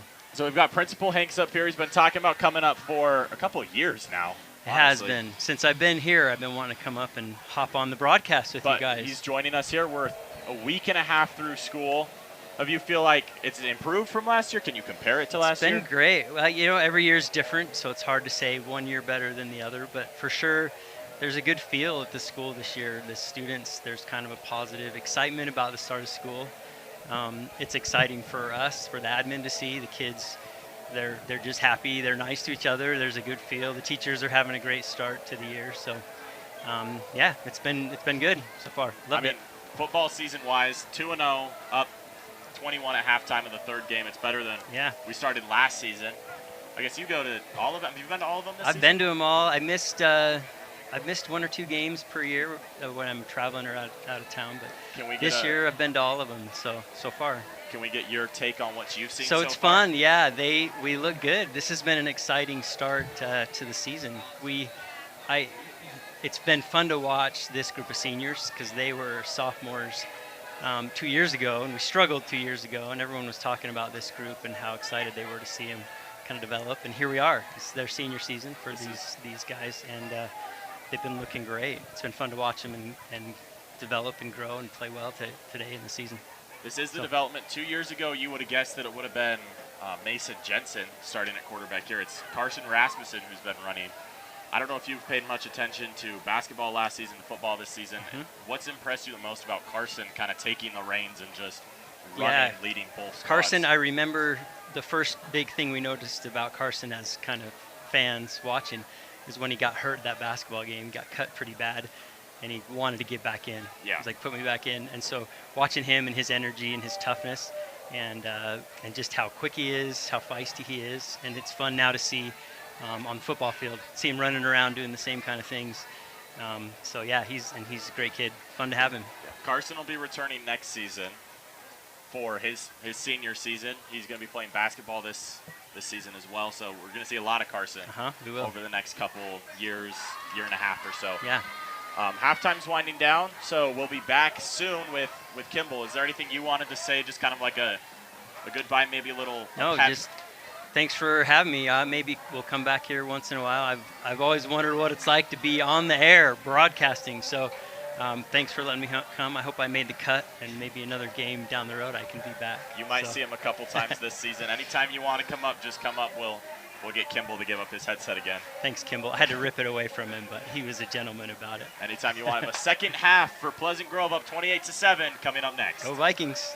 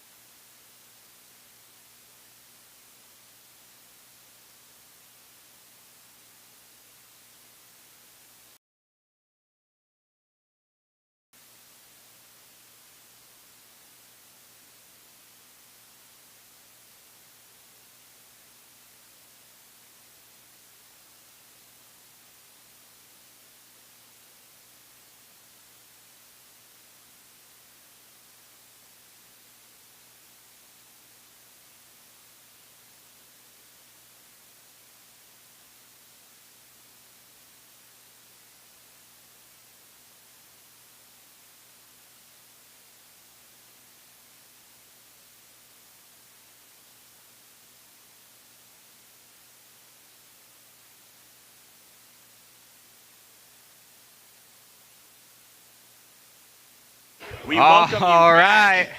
right. That was Principal Hanks. Looks like you guys were having some fun on the interview there. We're sorry that you guys had to stop hearing Kimball. I'm sure they're okay with it. Parker Hall will be kicking off here. Vikings love their kicker roulette, and we see it again here to start They off the have second to half. just spin a bottle every time on the sidelines. They're like, who's it going to be?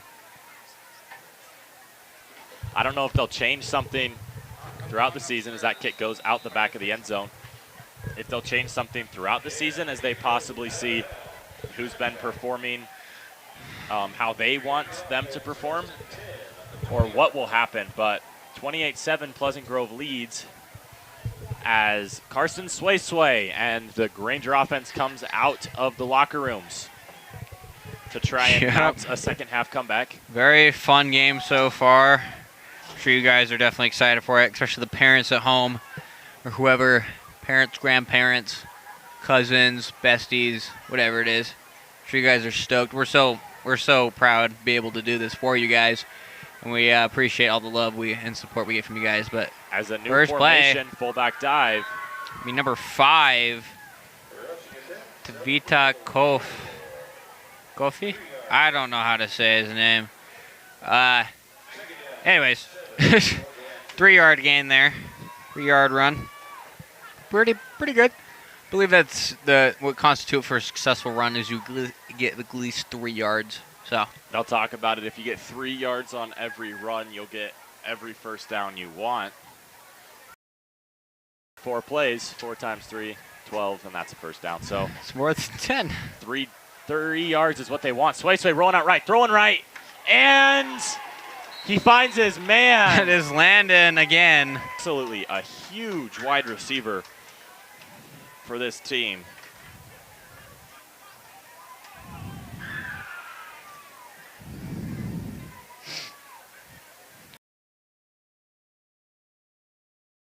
They're coming on ISO formation. I definitely expect a run here.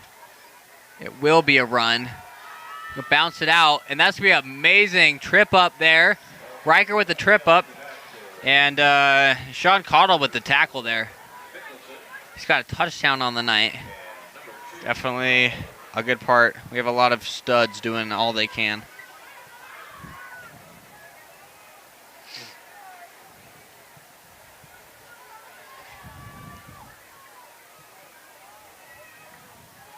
Right.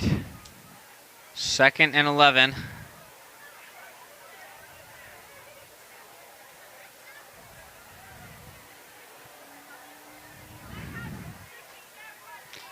All right, this looks like they have another run, and it will be another run, and this one will at least go past the original line of scrimmage.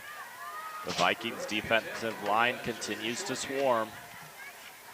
Is that number, oh, he's hiding. Get out in the open so I can see. Number 9 again, that is Jordan Dual.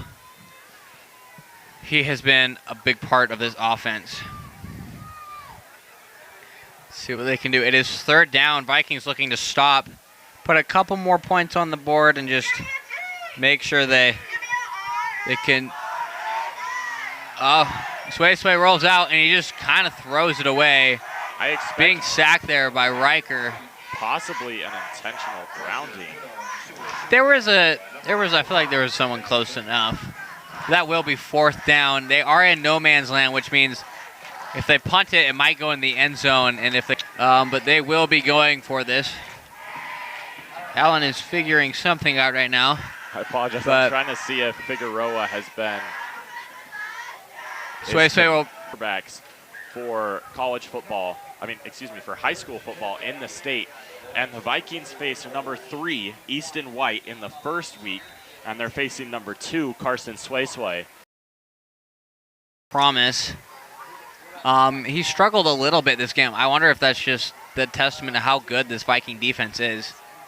It's going to be a handoff to Aiden. He's going to barrel forward for about a gain of 6. There are a couple... 2nd and 4. I was trying to see if Figueroa had looks from any colleges in the state or around the nation. And he does. He's not committed anywhere, but people are looking at him. Which is always good. We love to see as Branson gets the run, bounces it outside for a big gain. He's still going. Oh, toe string tackle there. A gain of about 10 yards for a first down. You love to see success from in-state just commits. You love it when they stay in state, like Isaac Wilson, Corner Canyon's quarterback, has elected to stay in state. He will attend the University of Utah next season. But little different from the brother, but they did grow up as Utah fans, so can't say I didn't. See how that goes. That'll be something fun to keep your eye on for Utah sports. Rasmussen with the handoff to Matt Morris, and he gets. This will be a massive tackle by Maka Son Asi. And he's going to flex. He's been the punter. He deserves it. Yeah. This will be a loss of 3. I am a BYU fan personally, but seeing some local kids go to colleges in state is really something special. This Granger student section is definitely not fizzled out.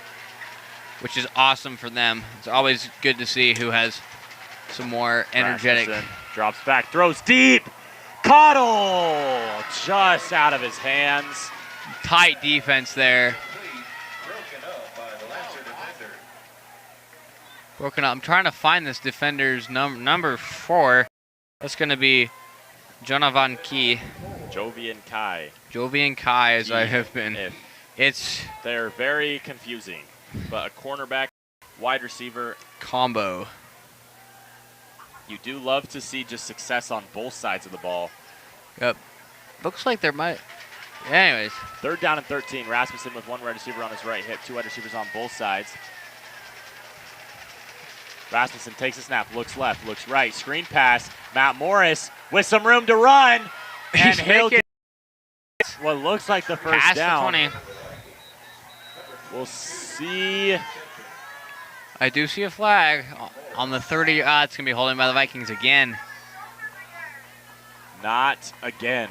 Something the Vikings have struggled with a lot today. And something that I'm sure will be highlighted in practice ahead of next week's match against Layton. Some of those kids, I'm sure, not happy. Maybe some extra laps around the good old track. But now a 3rd down and 23 for this Pleasant Grove offense. Carson Rasmussen looking to, now they're in no man's land, as you were saying, for Granger. Not really enough room to punt, but not enough room. You're far enough back from the first down that you can't really go for it on 4th down, and then you're too deep to kick a field goal, but we'll see what. Rasmussen scrambling, throwing left, wide open and in and out of the hands of Cale McCoy. He is not happy with that one. As it looks like on the punt team. As it's Tyra Brown. Yep, there is Gabe, the punter. He's had in the past. We'll see what he can do. At the 39-yard line. You don't want to kick a 38-yard punt would be ideal right here. Put it in the 1. You don't want to kick this one to the end zone. He will be punting it from his own 45, though. That punt just nets 45 you and 50. 19 yards. Low snap. High boot. And a good bounce. Can they stop it? Yes, they can. What a punt by As Gabe I said, McCoy. Gabe is experienced in the punting field. As we'll watch a replay on that, he just, you can call it luck, you can call it skill. There's certainly a little skill involved. Whatever you want to call it. And there's, of course, another flag, because why wouldn't there be? Alvin's still trying to keep his cool. He's not a penalty lover. I don't think anyone is, but I'm not a huge fan of the flags. Holding on Granger. I don't know if they can move them any further back. Probably a half a distance to the goal line, probably like a half a foot. It's going to be interesting to see what they do with this football. Let's see. That's a 10-yard penalty. That could easily put the Vikings in field goal range. It looks like that's what the Vikings are going to elect to do, except it looks like they're going to go for it. Except for they're moving the chains. I'm confused as to what is going on right now. Little confused. As it looks like Sway and Granger's offense will just start the possession on their goal line, basically. Yeah. So Pleasant Grove's defense has a chance to Get a safety. That would be massive. come up huge. It's looking to put this game out of reach. Got to make sure they can blitz and stop them in the backfield if they need to. Sorry, brain fart there. But they don't want anything big for the top because that could result in a 99-yard passing touchdown. And this is when we'll see Granger come out with that box formation as they're just trying to give them a little bit of breathing room off the goal Looks like line. they didn't really go anywhere. Oh, about a half a yard gain there. Vikings are hard committing the run. I would not be surprised to see do a little bootleg or roll out to try and hit a receiver. Maybe. The last thing that you can have here if you're Granger is a sack. Yeah. Going down what would be 23 points and giving the ball to Pleasant Grove would be detrimental. Catastrophic. Look at us. It's going to be a pitch play. He's found some. Almost took it. But third down and It's going to be number 11. Again, Usi Tau. Maybe one of the speedier kids on the team. He definitely got some yards. It's going to be a gain of 4. Let's see what they do here. Looks like Landon will take the play. Oh, with Carson back there too. a little bit of breathing room. A little as harder. They do expand the formation. They're looking for a pass. We got some press coverage on Landon. And a timeout is called by the Granger Lancers. Their second, or maybe their first. The Maybe they first updated of the half. scoreboard before us. And we'll come back at the end of that timeout.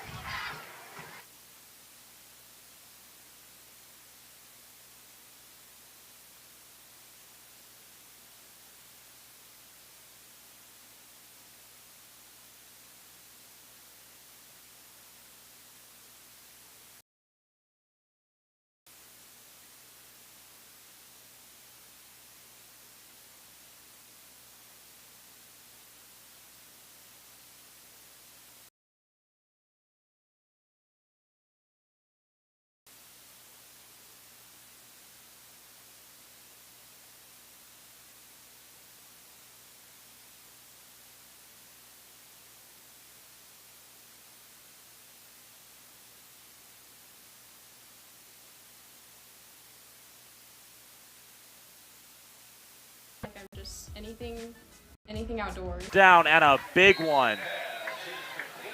It is a first down, just barely.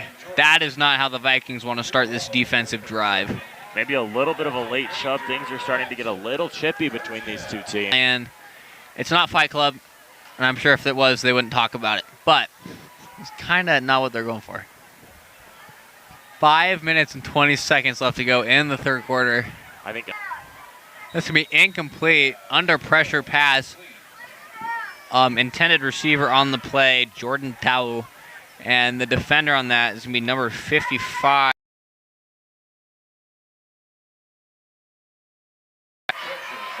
so. Pleasant Grove, neither team has had a ton of success actually offensively this half, but Pleasant Grove's probably perfectly fine with that.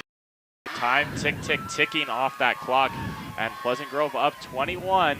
They're going to let as much of that time run off as they can. Yep, they're okay as long as the clock is ticking. It is not right now. Sway takes a snap, looks left, throws left, catches, made over the middle by Wow. guess who? And a flag is thrown. Let's see how far. That one was another 20-yard toss by that umpire. He is don't say he's not enthusiastic about that. Was in his realm. That one was in his realm. Let's see what they call it. Face mask. I'm not sure being 20 yards And away from a tackle makes that in his realm. But that is his call to make. Did not see the face mask. Maybe if you get hit in the head, they just called a face mask today. I support the Guessing. referees. I'm very I'm very hopeful. Sean Cottle trying to bring him down as we look at a replay. Little bit of grabbing at the face mask. I am very respectful of these referees, but this umpire is probably the farthest away from a play that I've ever seen an umpire be. He likes to have some space. He's about 20 yards away. Sway, dancing around. And he gets tackled from behind. Woo! That's going to be number 9. Tyra Brown and Trevin Gates combined for that sack. As again, referees are super important. It's very hard to do what they do. It's not great because you have people in the stands. You have us up here criticizing every move. But ultimately, we do what we can. He's very far back from the play. And I'm not completely positive. And we're also getting a holding call against the Lancers. So I don't know if you can decline that one. I'm pretty sure the Vikings would have taken the decline there, the sack there. But they do have 20 yards to go, so we'll see. Sway through wide receivers on the left. Takes a snap, looks that way. Throws that way. And in comes Javon Key. I thought I saw another flag fly. I do see one on the ground. This is not what we want. We might keep you guys here past your bedtimes, which for me is about midnight. It's almost past mine. It's inching closer and closer. 4:27 remaining in this third quarter. Okay.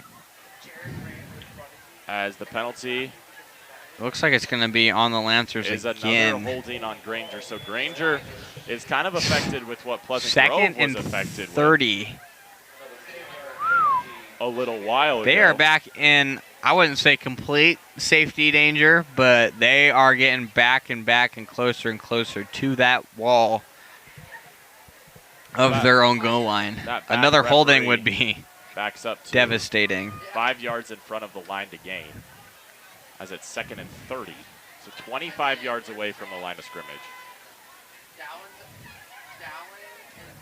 Sway through wide receivers on the left once again. Takes the snap, continues to look that way, throws that way over the middle, wide open. Made by Riker Mickelson. Bobble and catch by Usi Tau. Maybe he looked to run before he caught it there, but hung on to it. He's definitely been. Especially against speedy wide receivers. That was a heck of a play by Riker Mickelson. We now have just under 4 minutes left to go in the third quarter. Sway takes the snap, looks left, launches it. He has been the star of tonight's offense. Not completely panic time for this Granger offense, but it looks a little bit like it might be on that It's getting a little closer to that. If they have allowed a fourth down conversion yet. Watch Mekhi Peterson on the bottom of your screen. He's pressing. And great coverage down there. Almost, and it is a sack. Trevin Gates is third of the night. I guess my friend Alan here is a Seahawks fan, and that's unfortunate for him. But Trevin Gates. Not important right now. 3.5 sacks tonight. As Rasmussen and the Vikings offense comes back on the field. I talked about the clock earlier, and the Vikings scored in one play, but this is a drive I'd expect them to try and run finish the ball. Third quarter on, even with how close. I would definitely run the ball, just because you don't want to burn out your guys. It's a late night, almost 9:30. They only use I'm sure all of them are pretty pooped from school, because I know I am. They only used 7 seconds on that play. They could have used, I don't know, the clock could have still been ticking. It would have been like 30 by now. The Vikings are not taking their foot off the gas pedal. As Carson Rasmussen, with one runner back on his right hip, one receiver out wide on both sides, takes it over the middle. It's Tanner Blake inside the 10-yard line to about the 6. That Carson takes Rasmussen. 3 Lancers to take him down. He is in. Make sure they're good with 35 points. Then maybe they ease off the gas, because it is still only the third quarter with just over 2.5 minutes left to go. We'll see. The senior wide receiver for Pleasant Grove had a couple big catches last week and has another one here. But the clock is running. Carson with a running back on his left hip. It's Franson who will get the ball, turn it upfield, and got past the first line. Big but tackle once he got to there. those backers. Excuse me, Franson does not come out. Franson stays in.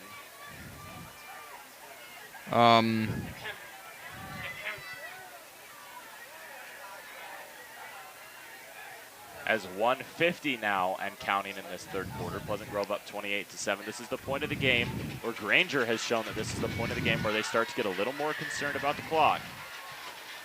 ISO formation for the Vikings. Gotta be a run. Takes a snap. It's Drops not. back.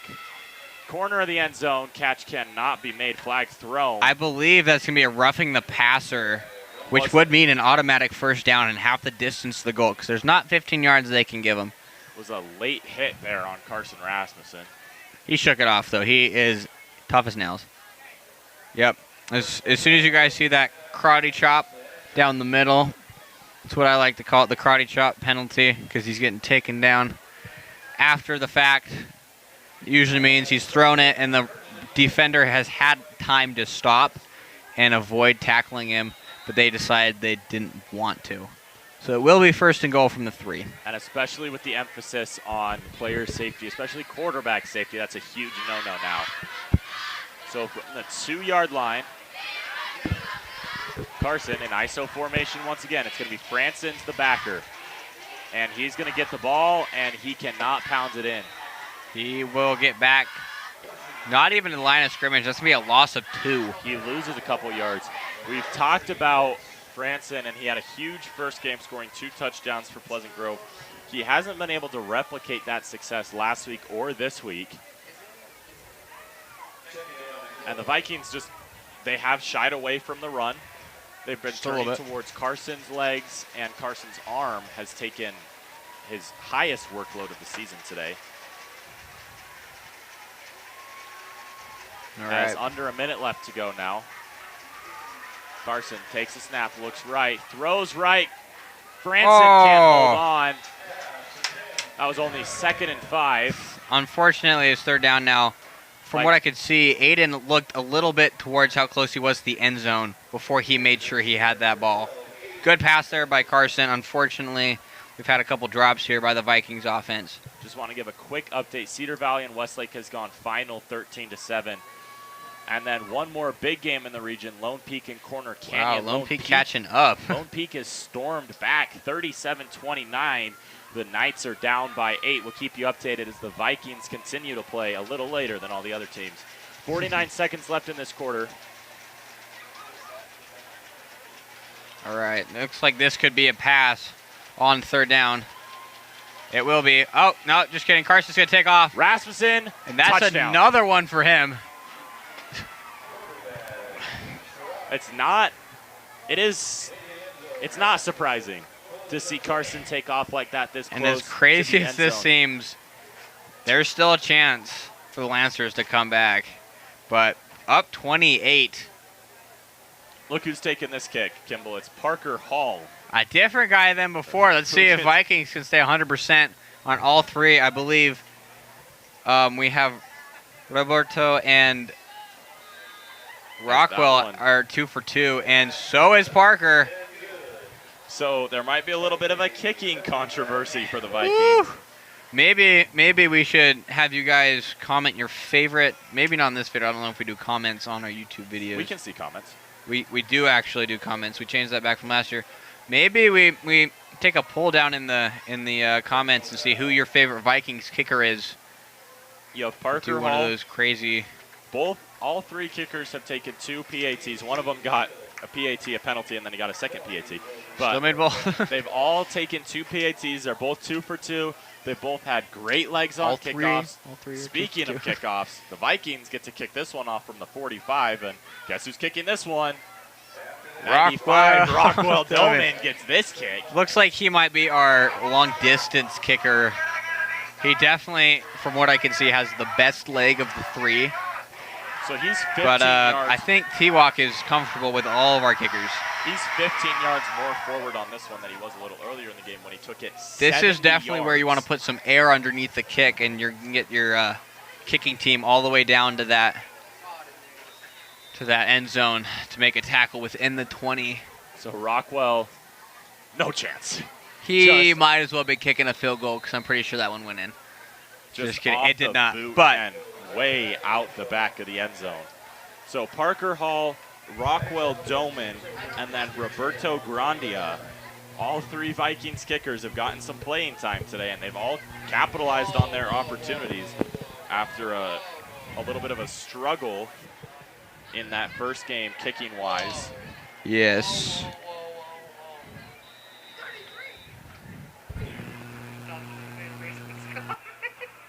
So 35-7, 43.7 remaining in this quarter.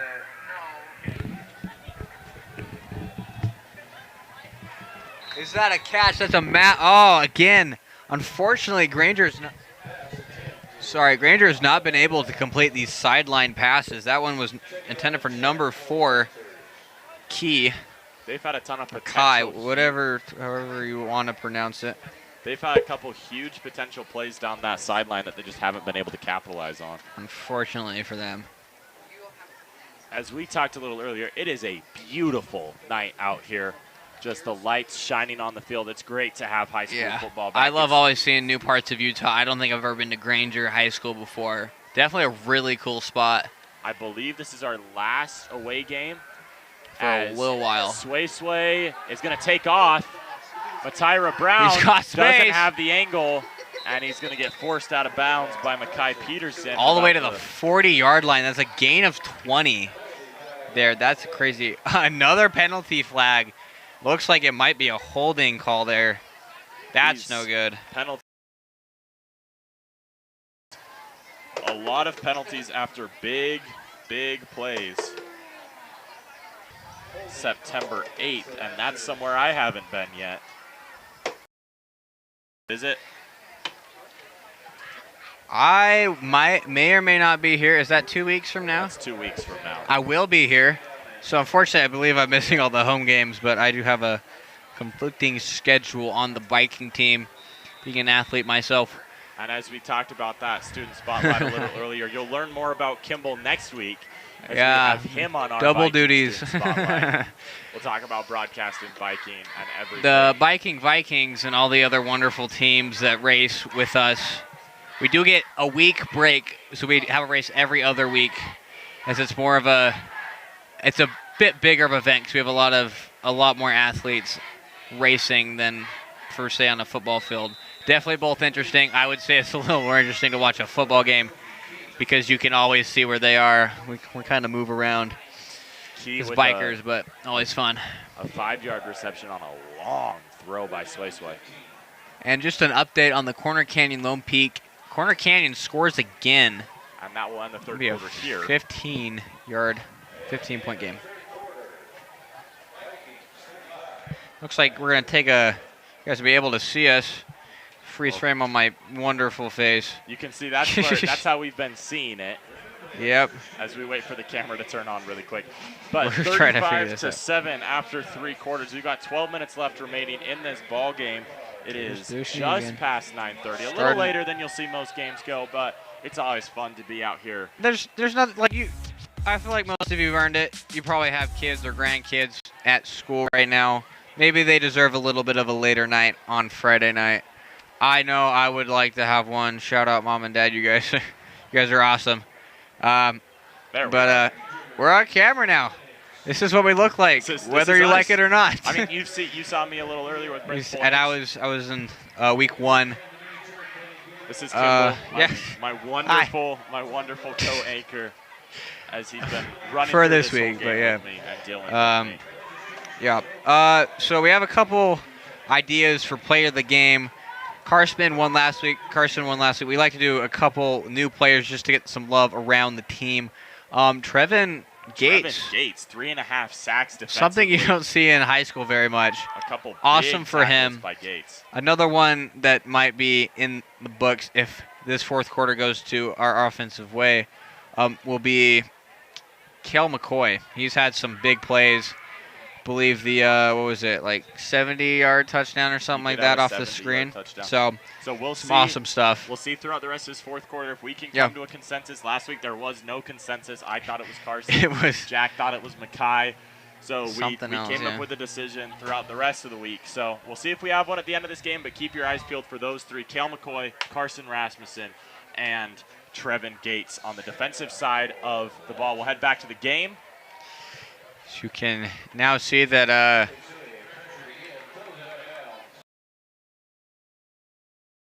some pressure by the Vikings D-line again showing up. The scoreboard says 4th and 15. Don't call them late because they never are. The sideline says 3rd and 15. Granger will probably go for this. Sway still on the field. It is 3rd and 15. The line to gain is the 30. They are on. That's crazy. Pleasant Grove just had a great game. I saw a couple sources saying that as Sway drops back, looks left, throws left. He's got it. His man.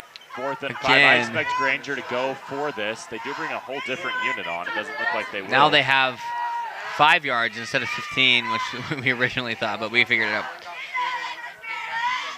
So I was talking a little earlier. There were a couple sources that were saying that this is a game that Pleasant Grove has potential to be upset on. Granger had an explosive offense last week, struggled a little bit against Corner Canyon, but they're ranked.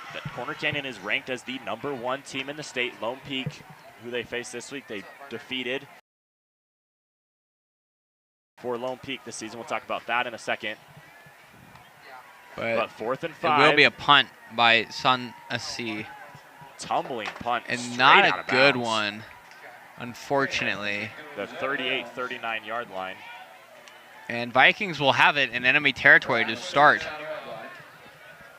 As next week, I will be commentating with the one, the only Jack Barnard, who is watching from, where is he? Las Vegas, I believe. Still? Shout out to Jack, my favorite Jacks I know. He's a good sport. We love that kid. Even though he's not always, let's say, winning in FIFA, he's always having a smile on his face. If you want to see Whether a little it's more,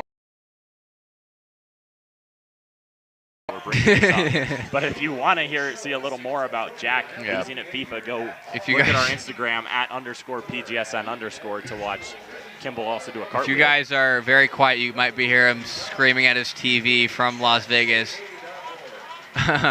But no, all love towards Jack. He's a wonderful part of this team. Earlier, that was a Kale McCoy. Another flag flies in late. But you were talking about earlier, there was a... Oh, and Kale's helmet is off. I wonder if that will be what the flag's about. You were talking about earlier when you run those sweeps, the mask on Granger. Let's see if there's a second penalty. I believe that's how Kale's helmet came off. And I believe he has to sit because he is on the field still. Looking at his wristband, making sure he's got the right play. You can see him at the top of the screen. Who's had a big game today. Gets the 15, draws the 15-yard penalty. And the Vikings are at the 26. Carson, 3 wide receivers on the right, 1 receiver on the It claps as he rolls out right, looks for a man, moves left now, 2 defenders chasing him deep to the end zone. Wide open! Wide open! He's got him! Touchdown! Woo! That's the running back, Matt Moore. A little bit of a dance back there. 4 passing touchdowns tonight. Not Great the prettiest plays. pass, but if it gets the job. Oh, and there's a penalty on the flag. There's a penalty on the play. I'm so flabbergasted I can't speak English. And this is going to get called back for a Oh, holding. another Viking touchdown. I believe they would have, what is that? That would 49 be points. That would be Carson's 4th passing touchdown They today. would have 49 points 42. if it were not called back. Maybe even 56. That's been It's holding. a holding on Granger. Like those penalties were offset. So they'll redo the down. So Matt Morris did a great job back there, just finding a spot to get open where his quarterback could also find him. Carson did a great job finding him. It's not easy. Staying alive. It's not easy to look downfield when you're running for your life. But ultimately, offsetting holding calls. As Carson has Takes it it and off. green grass in front of him. as he'll slide down just in front of the 15-yard line. That was a business decision by him. For a Viking. And for the team. Definitely need him. He's been an athlete. A man among boys, if you will say.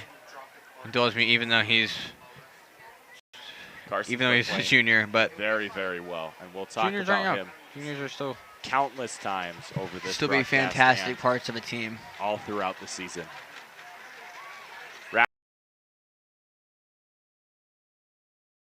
Bounces it inside, and he'll only get a gain of about 1 or 2. Maybe a little vengeance in his eyes, not getting that touchdown. It's got to be frustrating. I believe that would be his first touchdown on the season. He could, well, if that penalty had 9 minutes and 40 seconds left to go in this game. Clock ticking down. Vikings definitely trying to get that so they can finish off this game with some high energy. Takes a snap, looks right, throws right, over the middle, Tanner Blake, touchdown! Oh, sheds off a tackle like nobody was What a bullet and a score. So yeah, just Carson a little sidestep. 4th touchdown pass. AF's final. As AF has gone final, they beat West 40. So that is big West. Scoring game over there. That is American Fork who's won, Cedar Valley who's won, and Corner Canyon who's likely put the game out on of ice. Reach. And this kick is our first miss PAT of the night. Who got this one? Looks like Roberto, and that one with all his fault, as he was under some pressure to kick that one before the block kick. So Roberto goes 2 for 3 on the earlier. SPAT. Only one of them counted, but and the one that went in that counted was also blocked. So he's definitely got some talent there. But as again, we will have Rockwell do our kickoff, as per tradition would have it. And we're going to see how far he can boot this one. This has kind of become the game within the game for us, getting to rotating quarterbacks to see who they want starting for them. For the Vikings, they're rotating kickers, as Rockwell takes this one into the end zone. Yep, into the end zone. I believe that is his 5th or 6th touchback of the night. One of the two. As Pleasant Grove with a 41-7 lead with 9:18 left in the 4th quarter. Yep, the Vikings have not missed a beat tonight, offense or defense, whatever it is. We had a Viking come in late on the play, and I believe that's what the penalty will be, because there is a flag on the play. Number 75. Llewellyn. Interesting name. Wonderful, but interesting. And Riker Mickelson combined for the tackle that won't count. But impressive and trustworthy nonetheless. Corner Canyon has put the game out of reach of Lone Peak, so that's Lone Peak's 2nd straight loss. They lost to Timpview last week, the best 5A team. Corner Canyon this week. So the season might be going off the rails for Lone Peak. Obviously, nothing matters really. You're guaranteed a spot in the playoffs, but Lone Peak might be out of reach of that 1st-round bye. Out of state, Bishop Gorman, Henderson, Nevada, where they're coming from. They lost last week to that team, and then they beat Corner Canyon this week. Yep. Sway drops back, throws over the middle, catch made. Talked about it just a little bit earlier, but not Jonovan, Javane. Jovian. Jovian. We're not exactly sure. Well, mostly Bronco has done a great job. Yeah. As well as Mackay Peterson. Lancers are now into Vikings territory. Just really trying to let that clock run off. Yep. 8 minutes. Up 34 points. Left to go in this game. We'll talk about this, but I'd like to talk about Lone Peak as Sway with a good throw outside. But talking about Lone Peak, that's the first, if I remember correctly, that's the first region team the Vikings go out and face. on. Is still a great team, but 1-2 in your first 3 weeks of the season. Obviously, Lone Peak didn't have to play Corner Canyon this season. They played them anyway, and they lost, which is a formidable loss. But back-to-back losses, that Timpview loss might sting for them. Maybe. Going through the rest of the season. It is Lone Peak that we open region play against at home on September 15th. As there's a blitz by Winterton coming off the edge. He gets picked up by that left tackle over the middle. And almost incomplete. picked by Bronco Winterton. And there's a flag. Might be pass interference there. Another hardy pass throw from that umpire who likes to stay 20 yards away from the play. That one was his job. At least combined of at least 25 penalties is what we're thinking up here in the box. But I believe that will be a pass interference by Bronco as the Vikings step back.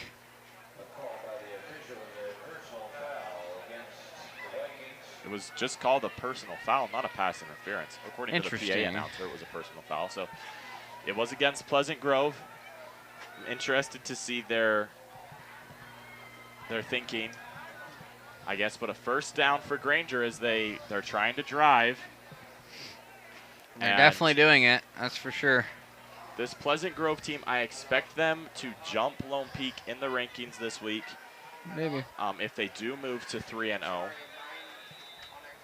That would move. Pleasant Grove is currently 9th in the state. This Granger team is ranked 36th, which is not a bad ranking by any means. And that one was good defense. Looks like Bronco learned from his mistakes and played some nice, clean, tight defense. 36th is not a bad ranking by any means. The way that they do the rankings is they do a system called RPI, which is a computer generated based off all the stats that you give max preps. And it's done by UHSAA, so the High School Activities Association. And being 6A, just being 6A, gives you a huge boost in the rankings. There's only one 5A team in the top 10, and that's that Timpview team that we talked about earlier. Ended for Landon Figueroa. It's late. I'm getting tired. He has been a pivotal point, I guess a pivotal part, I should say, in this offense. But really just not a great pass there. Granger is one of the best 5A teams in the state, and they will do great things this season. They have a chance at the state. The best 5A team, like I said, was Timpview. The last couple years, it's just been Timpview, Lehigh, Timpview, Lehigh. Lehigh has been popped up into that 6A. Vikings will see them this season, last week of the regular season. As there's a pass over the middle and for Granger. Something to get Granger back into this a little bit. Maybe there's just scoring for pride there. Either way, that is a wonderful connection. That's key on the touchdown. Pass Sway, about 16 yards out, 13-41. So they still got a little bit of fight left in them. That is Sway's second touchdown on the night. And Granger they have played a great game. Pleasant Grove's defense has been rock solid this season to this point. Not Layton, that's who we will face next week, but Granger has played just so well, and just really a team that's going to be hard to beat against similarly matched 5A opponents. Once again, for the final time today, we'd like to direct your attention to your screen if you're just listening to us, which I don't know. Well, I do understand why you would. But if you're just listening to us, I'd like you to look at If you're in the your car, screen. make sure you keep looking at the road. But on your screen now is a QR code that will take you directly to a PayPal where you can donate to our PGSN program.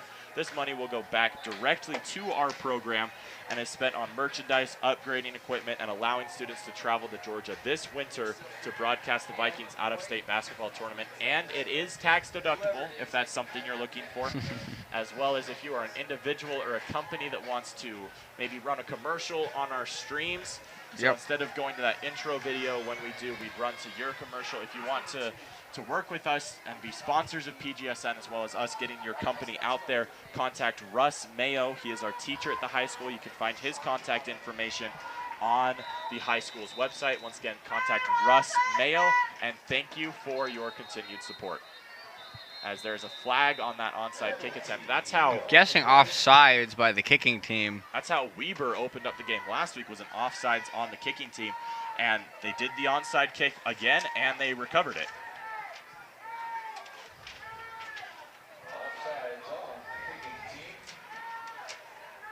So we will redo this kick as they'll move them back to the 35-yard line.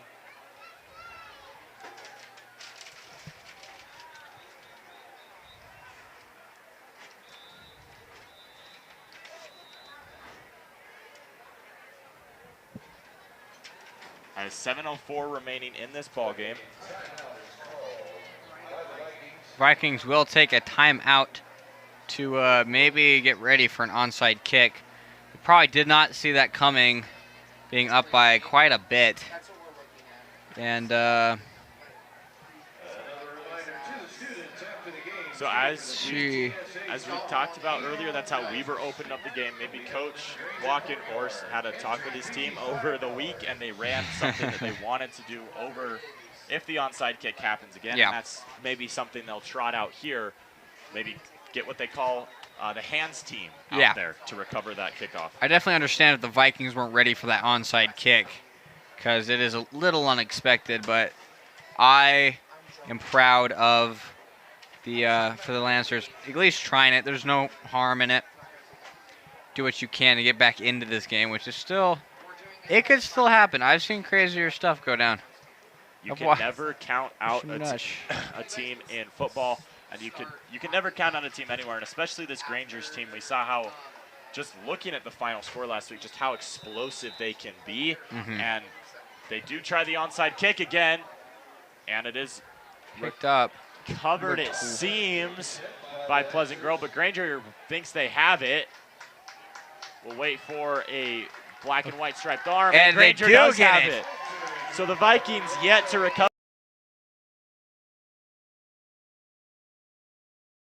We do not have a 24. Number 24 looked like he had it, but it slipped out of his hands. Vikings got to wake up on defense. If the Lancers out of the end zone, see what they can do here. Even just finishing this game strong gives Layton a bunch of momentum. Gives Granger a bunch of momentum going into their game next week. All right, 1st and 10. Lancers have it on the Vikings 49. Sway will throw one across the middle, and there's going to be a penalty after the play.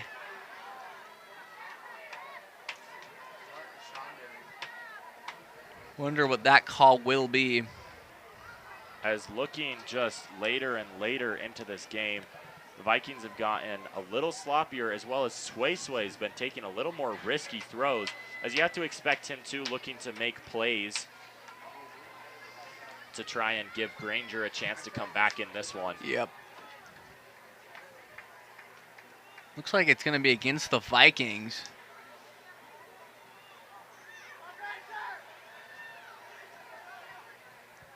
They have yet to tell us what they called. Holding on the defense is what it was. It'll be a 10-yard penalty and move Lancers all the way up to the Vikings 39. Excuse me, 34. Maybe it was a 15-yard penalty. Must have been more than just a holding.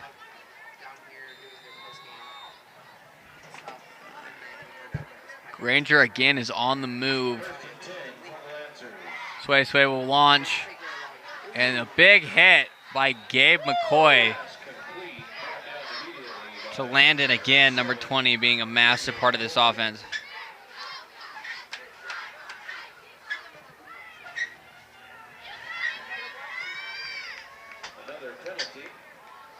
And we've stopped clock again for another penalty.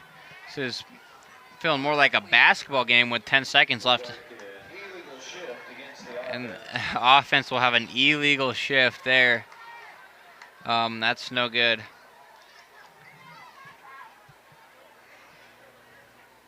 It will be a 5-yard penalty. It'll be 2nd down and 15. Pleasant Grove declined the penalty. Oh, just kidding. It's going to be declined. I believe that is a 2nd down. Should be 2nd down now for the Lancers. All right. Looks like we got twins to either side. Sway looks left. Pass is complete. And takes a couple Vikings to take down number 5, Tavita Kof. Reception by number 5, Tavita Coffey. Tavita Coffey, my bad. Original tackle started there by Gabe. Is running. 6:15 left to go in this ball game.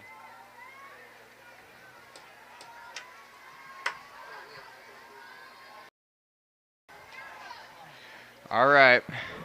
3rd down and 9. Sway steps back. Launches one to the outside, and it's caught. And a massive tackle. Viking side hyped as all get out. 4th down, though. Very short, though. It's very manageable. It's a 3rd down. Vikings have yet to let a 4th down conversion happen tonight. 4th down and short with 5:35 remaining in this ball game.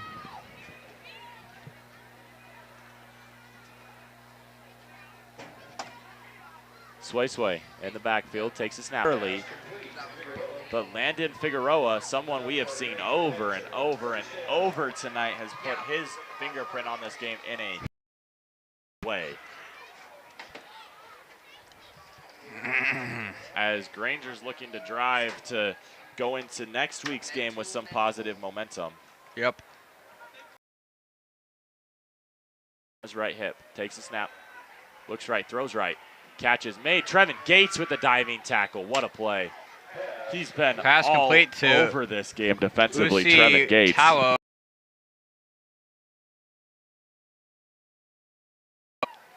The middle Being linebacker. there for when you need him to be there. The middle linebacker for the Vikings with some great blitzes and in pass coverage that time had a great play. So 2nd down and 5, 4.5-ish.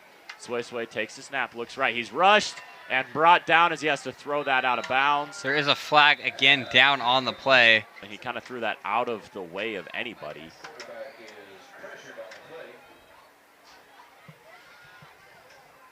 But the Vikings rushed. Looks like 2nd down penalty was I believe it was accepted, intentional I believe. grounding. My friend Alan here could be right with that one. Penalty against the Lancers. So it moves to a 2nd and 10. They will lose 5. I do believe it was intentional grounding, except for they did not lose a down, so I'm unsure. I believe it's just a 5-yard penalty. But regardless, Sorry, 2nd down and in 10. high school. Sway up the middle. Doesn't quite get where he needs to be, but a big gain nonetheless. 3rd down and 2 coming up now for the Lancers. Yeah, number 5, Davita Kofi. They're on the tackle. Right. 3rd down and 2. Takes the snap. Back in Sway scoring rushed position. again. And he Throws that one away. I out as believe well. it was at that time. I'm not completely sure who that was, but it might have been Mason Ivy on that hit.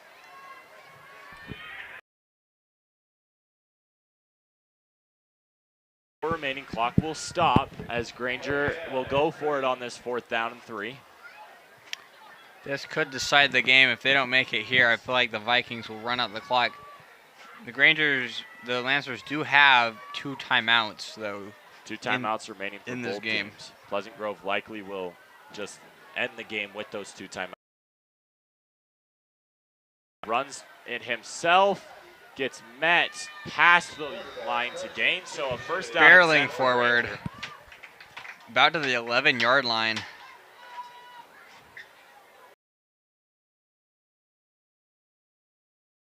That is, I feel like it was the Lancers' first 4th down conversion there. One well needed. As they look to score again, Vikings may need to wake up a little bit. I know it is, they still got some football to play, so. It's late. The game is, by all intents and purposes, away from the outstretched fingers of the Lancers. As Sway takes the snap, he'll hand it off. Met in the backfield and brought down. The one to bring him down is Thatcher Coon. Ross, Hewitt I believe, McBride was the helping name on the given tackle there. for the runner. Well, under 3 minutes to go now.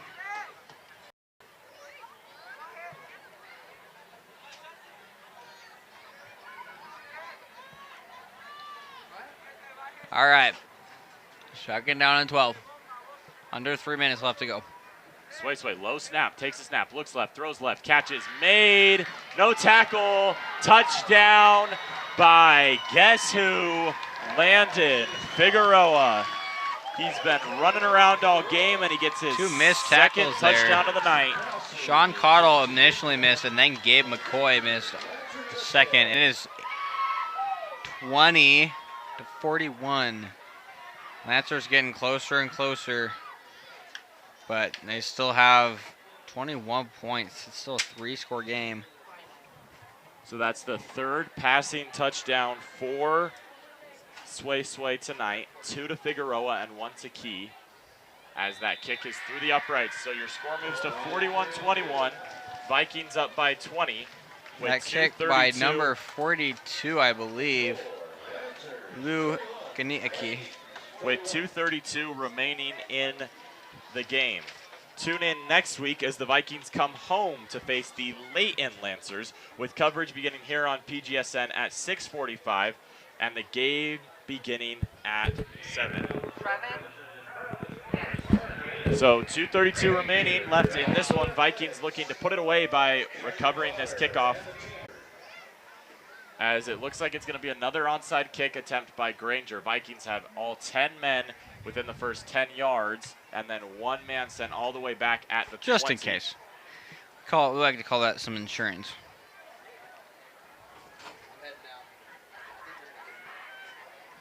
All right. Let's see what the Lancers can do. It'd be a miracle if they got this again. Door open just a little bit, and they fought just to open the door just a tiny bit. 2.5 minutes, though. The Vikings are going to look only to left shut on the that clock. door. Yeah. As Granger's taking some time to draw up how they want to do it. It's Maka Sonesi, it looks like, on the kick. And here's the onside and the offside. Again. For the onside. As the offside By the Lancers.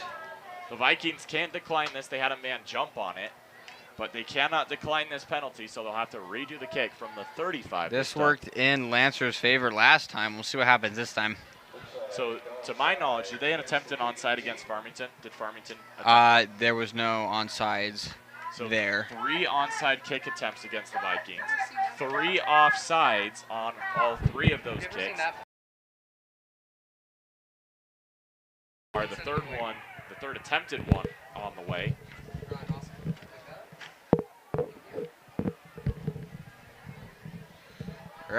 Go again from 35. Vikings will move up the 5 yards with them. And the kick attempt gets through the front. Oh, it does not get through the front line. The steady Viking receiver, James Clark, grabs that one. So Vikings football with 2.5 to go. Vikings up 20 points as the offense looks to just run the clock out. I will say good job on the Lancers for scoring without using any of their timeouts. We'll see if they do. But now that the Vikings have the ball, 2:29 left in this game.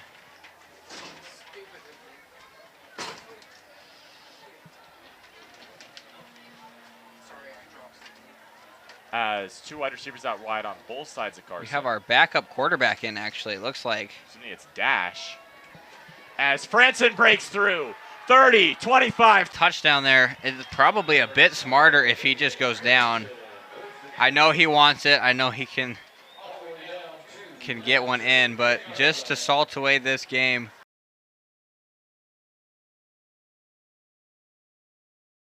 The sophomore. Maybe he's probably definitely happy that he's playing, but that's another handoff to Aiden. As Good Aiden game. and Morris bulk of the remaining work. And timeout by the Lancers this time. We'll stop it with 2:10 left to go in the game. They have one remaining.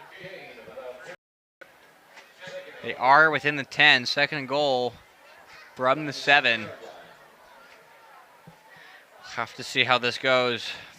Probably hanging in there as long as they can before they score. With 2:10 remaining, we'll take a break while they take a break.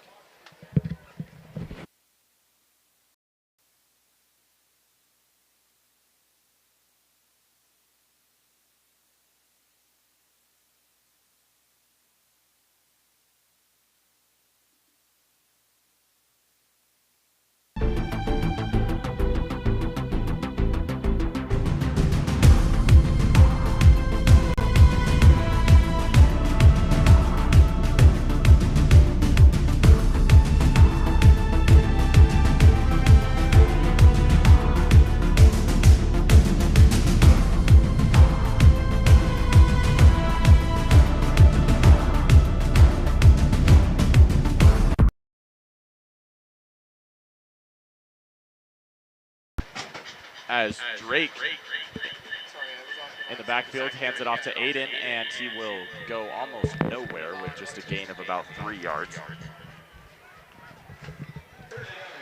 So we have decided our player.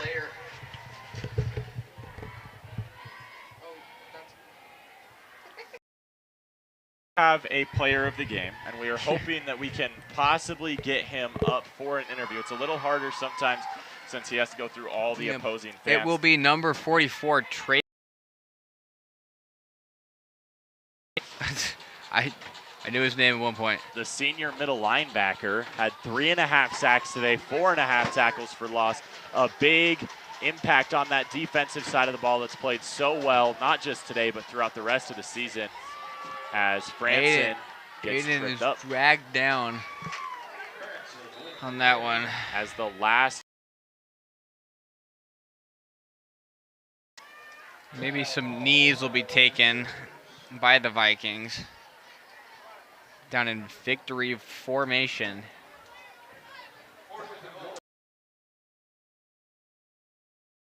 Not get a chance to take a knee. They'll have to run a play or kick a field goal. I expect Pleasant Grove to kick a field goal, not to run out the score, not to do anything of that, but just give another kicker another chance at a kick just to see if they can Keep the wheel solidify spinning. a kicker. I think Rockwell Doman has pretty much locked up that spot, but we will see who they elect to give a PAT and the field goal kicking to. We'll see if they do come out for a field goal here or if they run the offense out.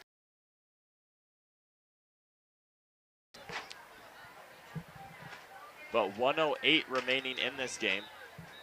Once again, Pleasant Grove leads 41-21. Yep. Good playing by them. As the Vikings have mostly since the first snap. And it looks like they will attempt a field goal. It looks like it is Rockwell Doman out there. I believe that's a 95 I can see. Yes. I will second that 95.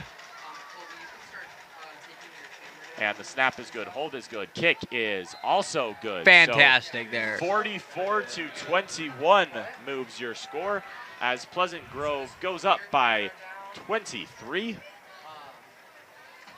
And that was Rockwell Doman on the kick. We'll see him with a kick off as well.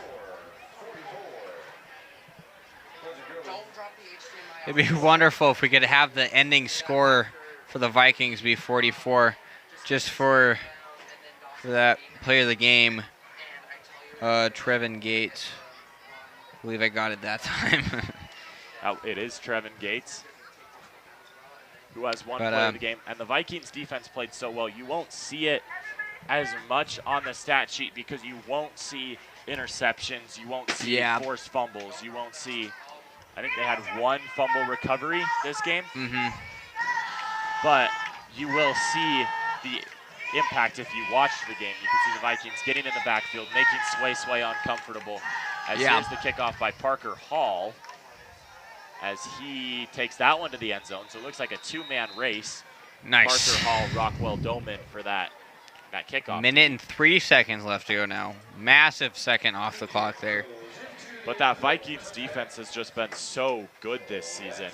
And especially tonight, you saw it. This is the most points a team has scored against Pleasant Grove this season. You could argue it's Farmington, you could argue it's Granger, but this might be the best offense they've faced all season as well. But really, it's just been that defensive line who gets the least amount of credit on that defense. Just disrupting Sway, making him run out of the pocket. He still found his man. He still found Figueroa countless times tonight. But limiting the impact that, as there's the defensive line showing you again, Trevin Gates drives. Forcing pressure and being a good sport, helping Sway up off his back. Trevin Gates what a guy. Drove Sway. Just playing so well today. Under a minute left to go. Another guy I'd like to shout out on this defense, Bronco Winterton, the safety, played really well. All over everywhere. Making a couple big tackles in the open field. I believe he even had a receiving touchdown. I think Winterton had one called back. No, he did have a receiving touchdown. That was one of the few that they called back. As Sway takes the snap, throws Laser. Right, caught. Landon again's got it. Bronco Winterton can't make, Sean Cottle can't make that tackle. Finally dragged down. 43 seconds on the nose remaining. There's time for Granger. We'll see if Granger tries to go to the end zone or if they just run a couple plays to keep them in their back pocket for next. Receivers on the left, one more receiver on the right. Sway takes a snap, low snap, and tosses over the middle and met. Again. By guess who? Trevin Gates. Big old 4-4. Why that plane was blown dead, they don't have another timeout to call.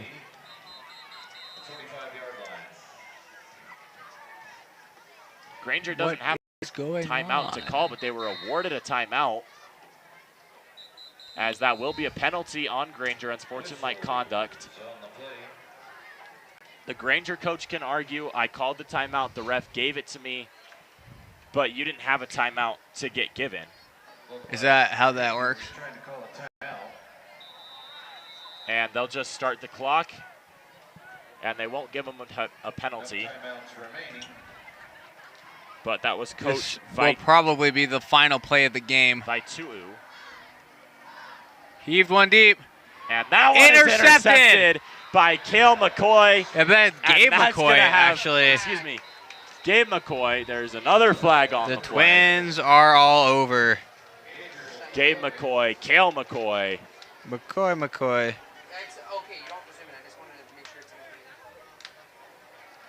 We'll see that penalty is declined, so Pleasant Grove's offense will get to take victory formation. And Vikings will finish with 2 turnovers here. As we said in the pregame, turnovers are a massive part of the reason here tonight. There's simply the fact that the Vikings did not give an inch in the first half. And the Vikings did struggle last week with turning the ball over on offense. A couple fumbles, and they did not catch the same thing today. They protected the ball on offense, which was huge for this Pleasant Grove team. Looks like. And ultimately, Carson will take his knee. Well-deserved there. Vikings lead 44-21. And our undefeated season stays alive, which is massive. Pleasant Grove moves to 3-0 as we welcome you inside, possibly. We're figuring it out. A technical difficulty. We'll get it. Our wonderful director, Caden.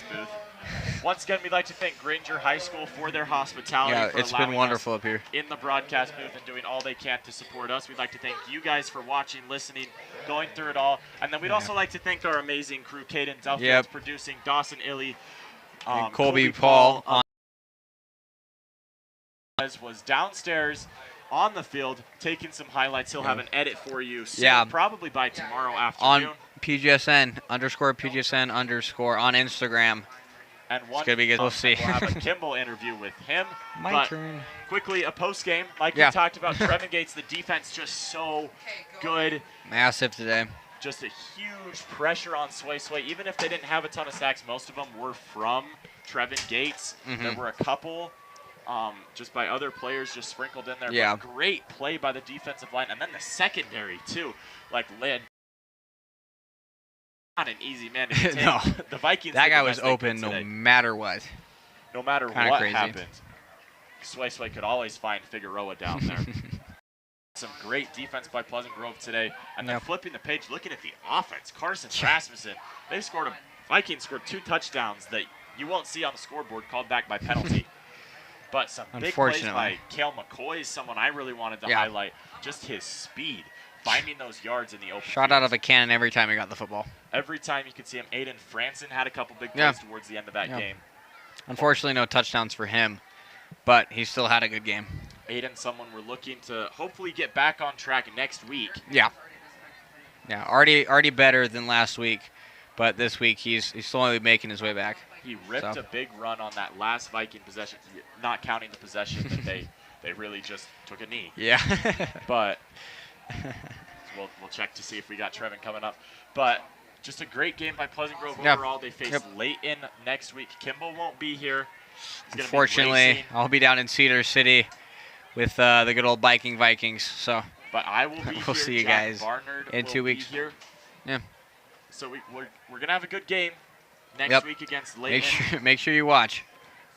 Once again, Granger is someone we really like to point out. They're a 5A team, and they're really just on the top of that 5A level. You got Timpview, and then really it's a bunch of other really, really good 5A teams. And Granger's one of those teams that you'll bring up when you talk good 5A teams. Great offense. The defense had some really good times during this game. Just a lot of stuff to build on for Granger defensively, especially watching Carson really. Definitely something.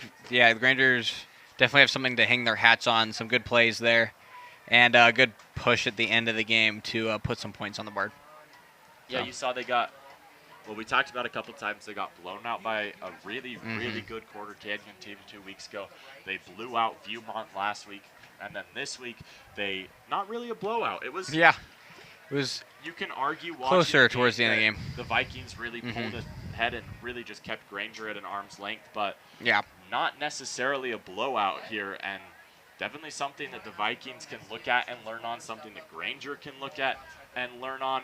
But one thing we specifically talked about in the pregame that I wanted to focus on, and we talked about it a little towards the end of that game, was the turnovers. What did you notice for the Vikings in the turnover game?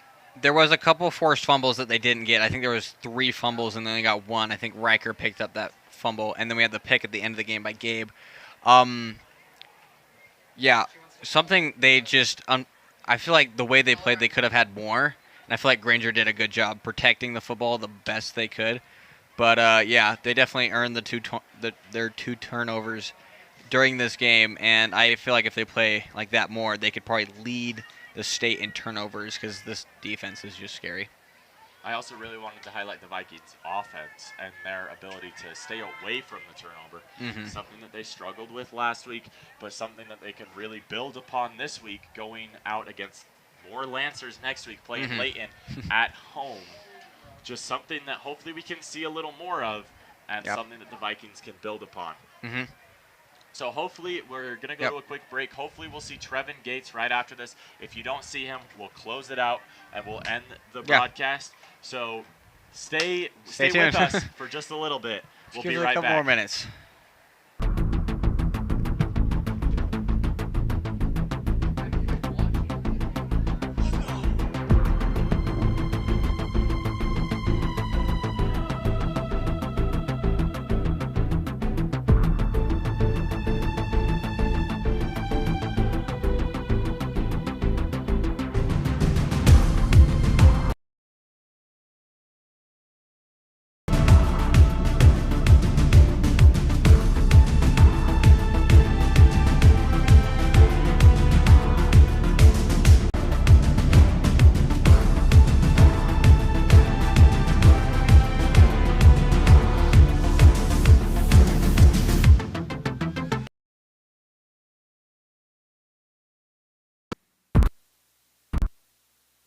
So still no word yet on Trevin. We'll still let you guys know. So again, stay tuned. Yeah.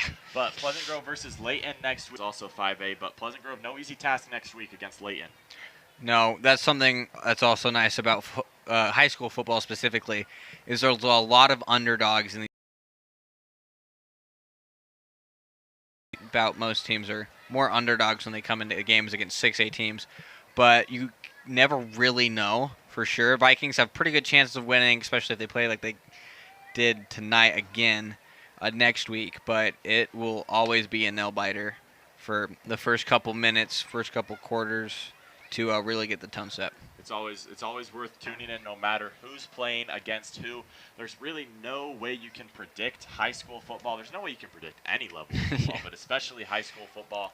Any team at any level can beat any other team at any other level any given week. So we're not necessarily saying the Vikings are on upset alert and should go into next week looking as underdogs, but No. Layton's not a team that you can just waltz through and beat. So really just looking to capitalize on the momentum that they built this week, last week, scoring 40-plus points both weeks, which is huge for this offense. That is nuts. Going 18-0 in that first game. We walked out of that first game saying, like, it's really something that the Vikings defense could carry this team. Something kind of crazy. If Carson can score 2 touchdowns every game, if the Vikings can score 2 touchdowns every game, then the defense can keep them in every game. But it's been this offense and the defense. We've talked about the defense. The defense has been exceptional. Yeah. But this offense has really taken off. So I think we're getting word that we will not see Trevin. Yeah, due to the delay of game, the bus is just trying to get out of here and get these kids home. It is. It's not super late for a weekend, but they've played a wonderful game and they need some rest. So we will sign off for now. Again, thanks for joining us, and we'll see you next week. Didn't you have something you wanted to say? Did I? Something about stay classy. Stay classy, Pleasant Grove. Stay classy. We'll see you next time. 6:45 next week. Go PG.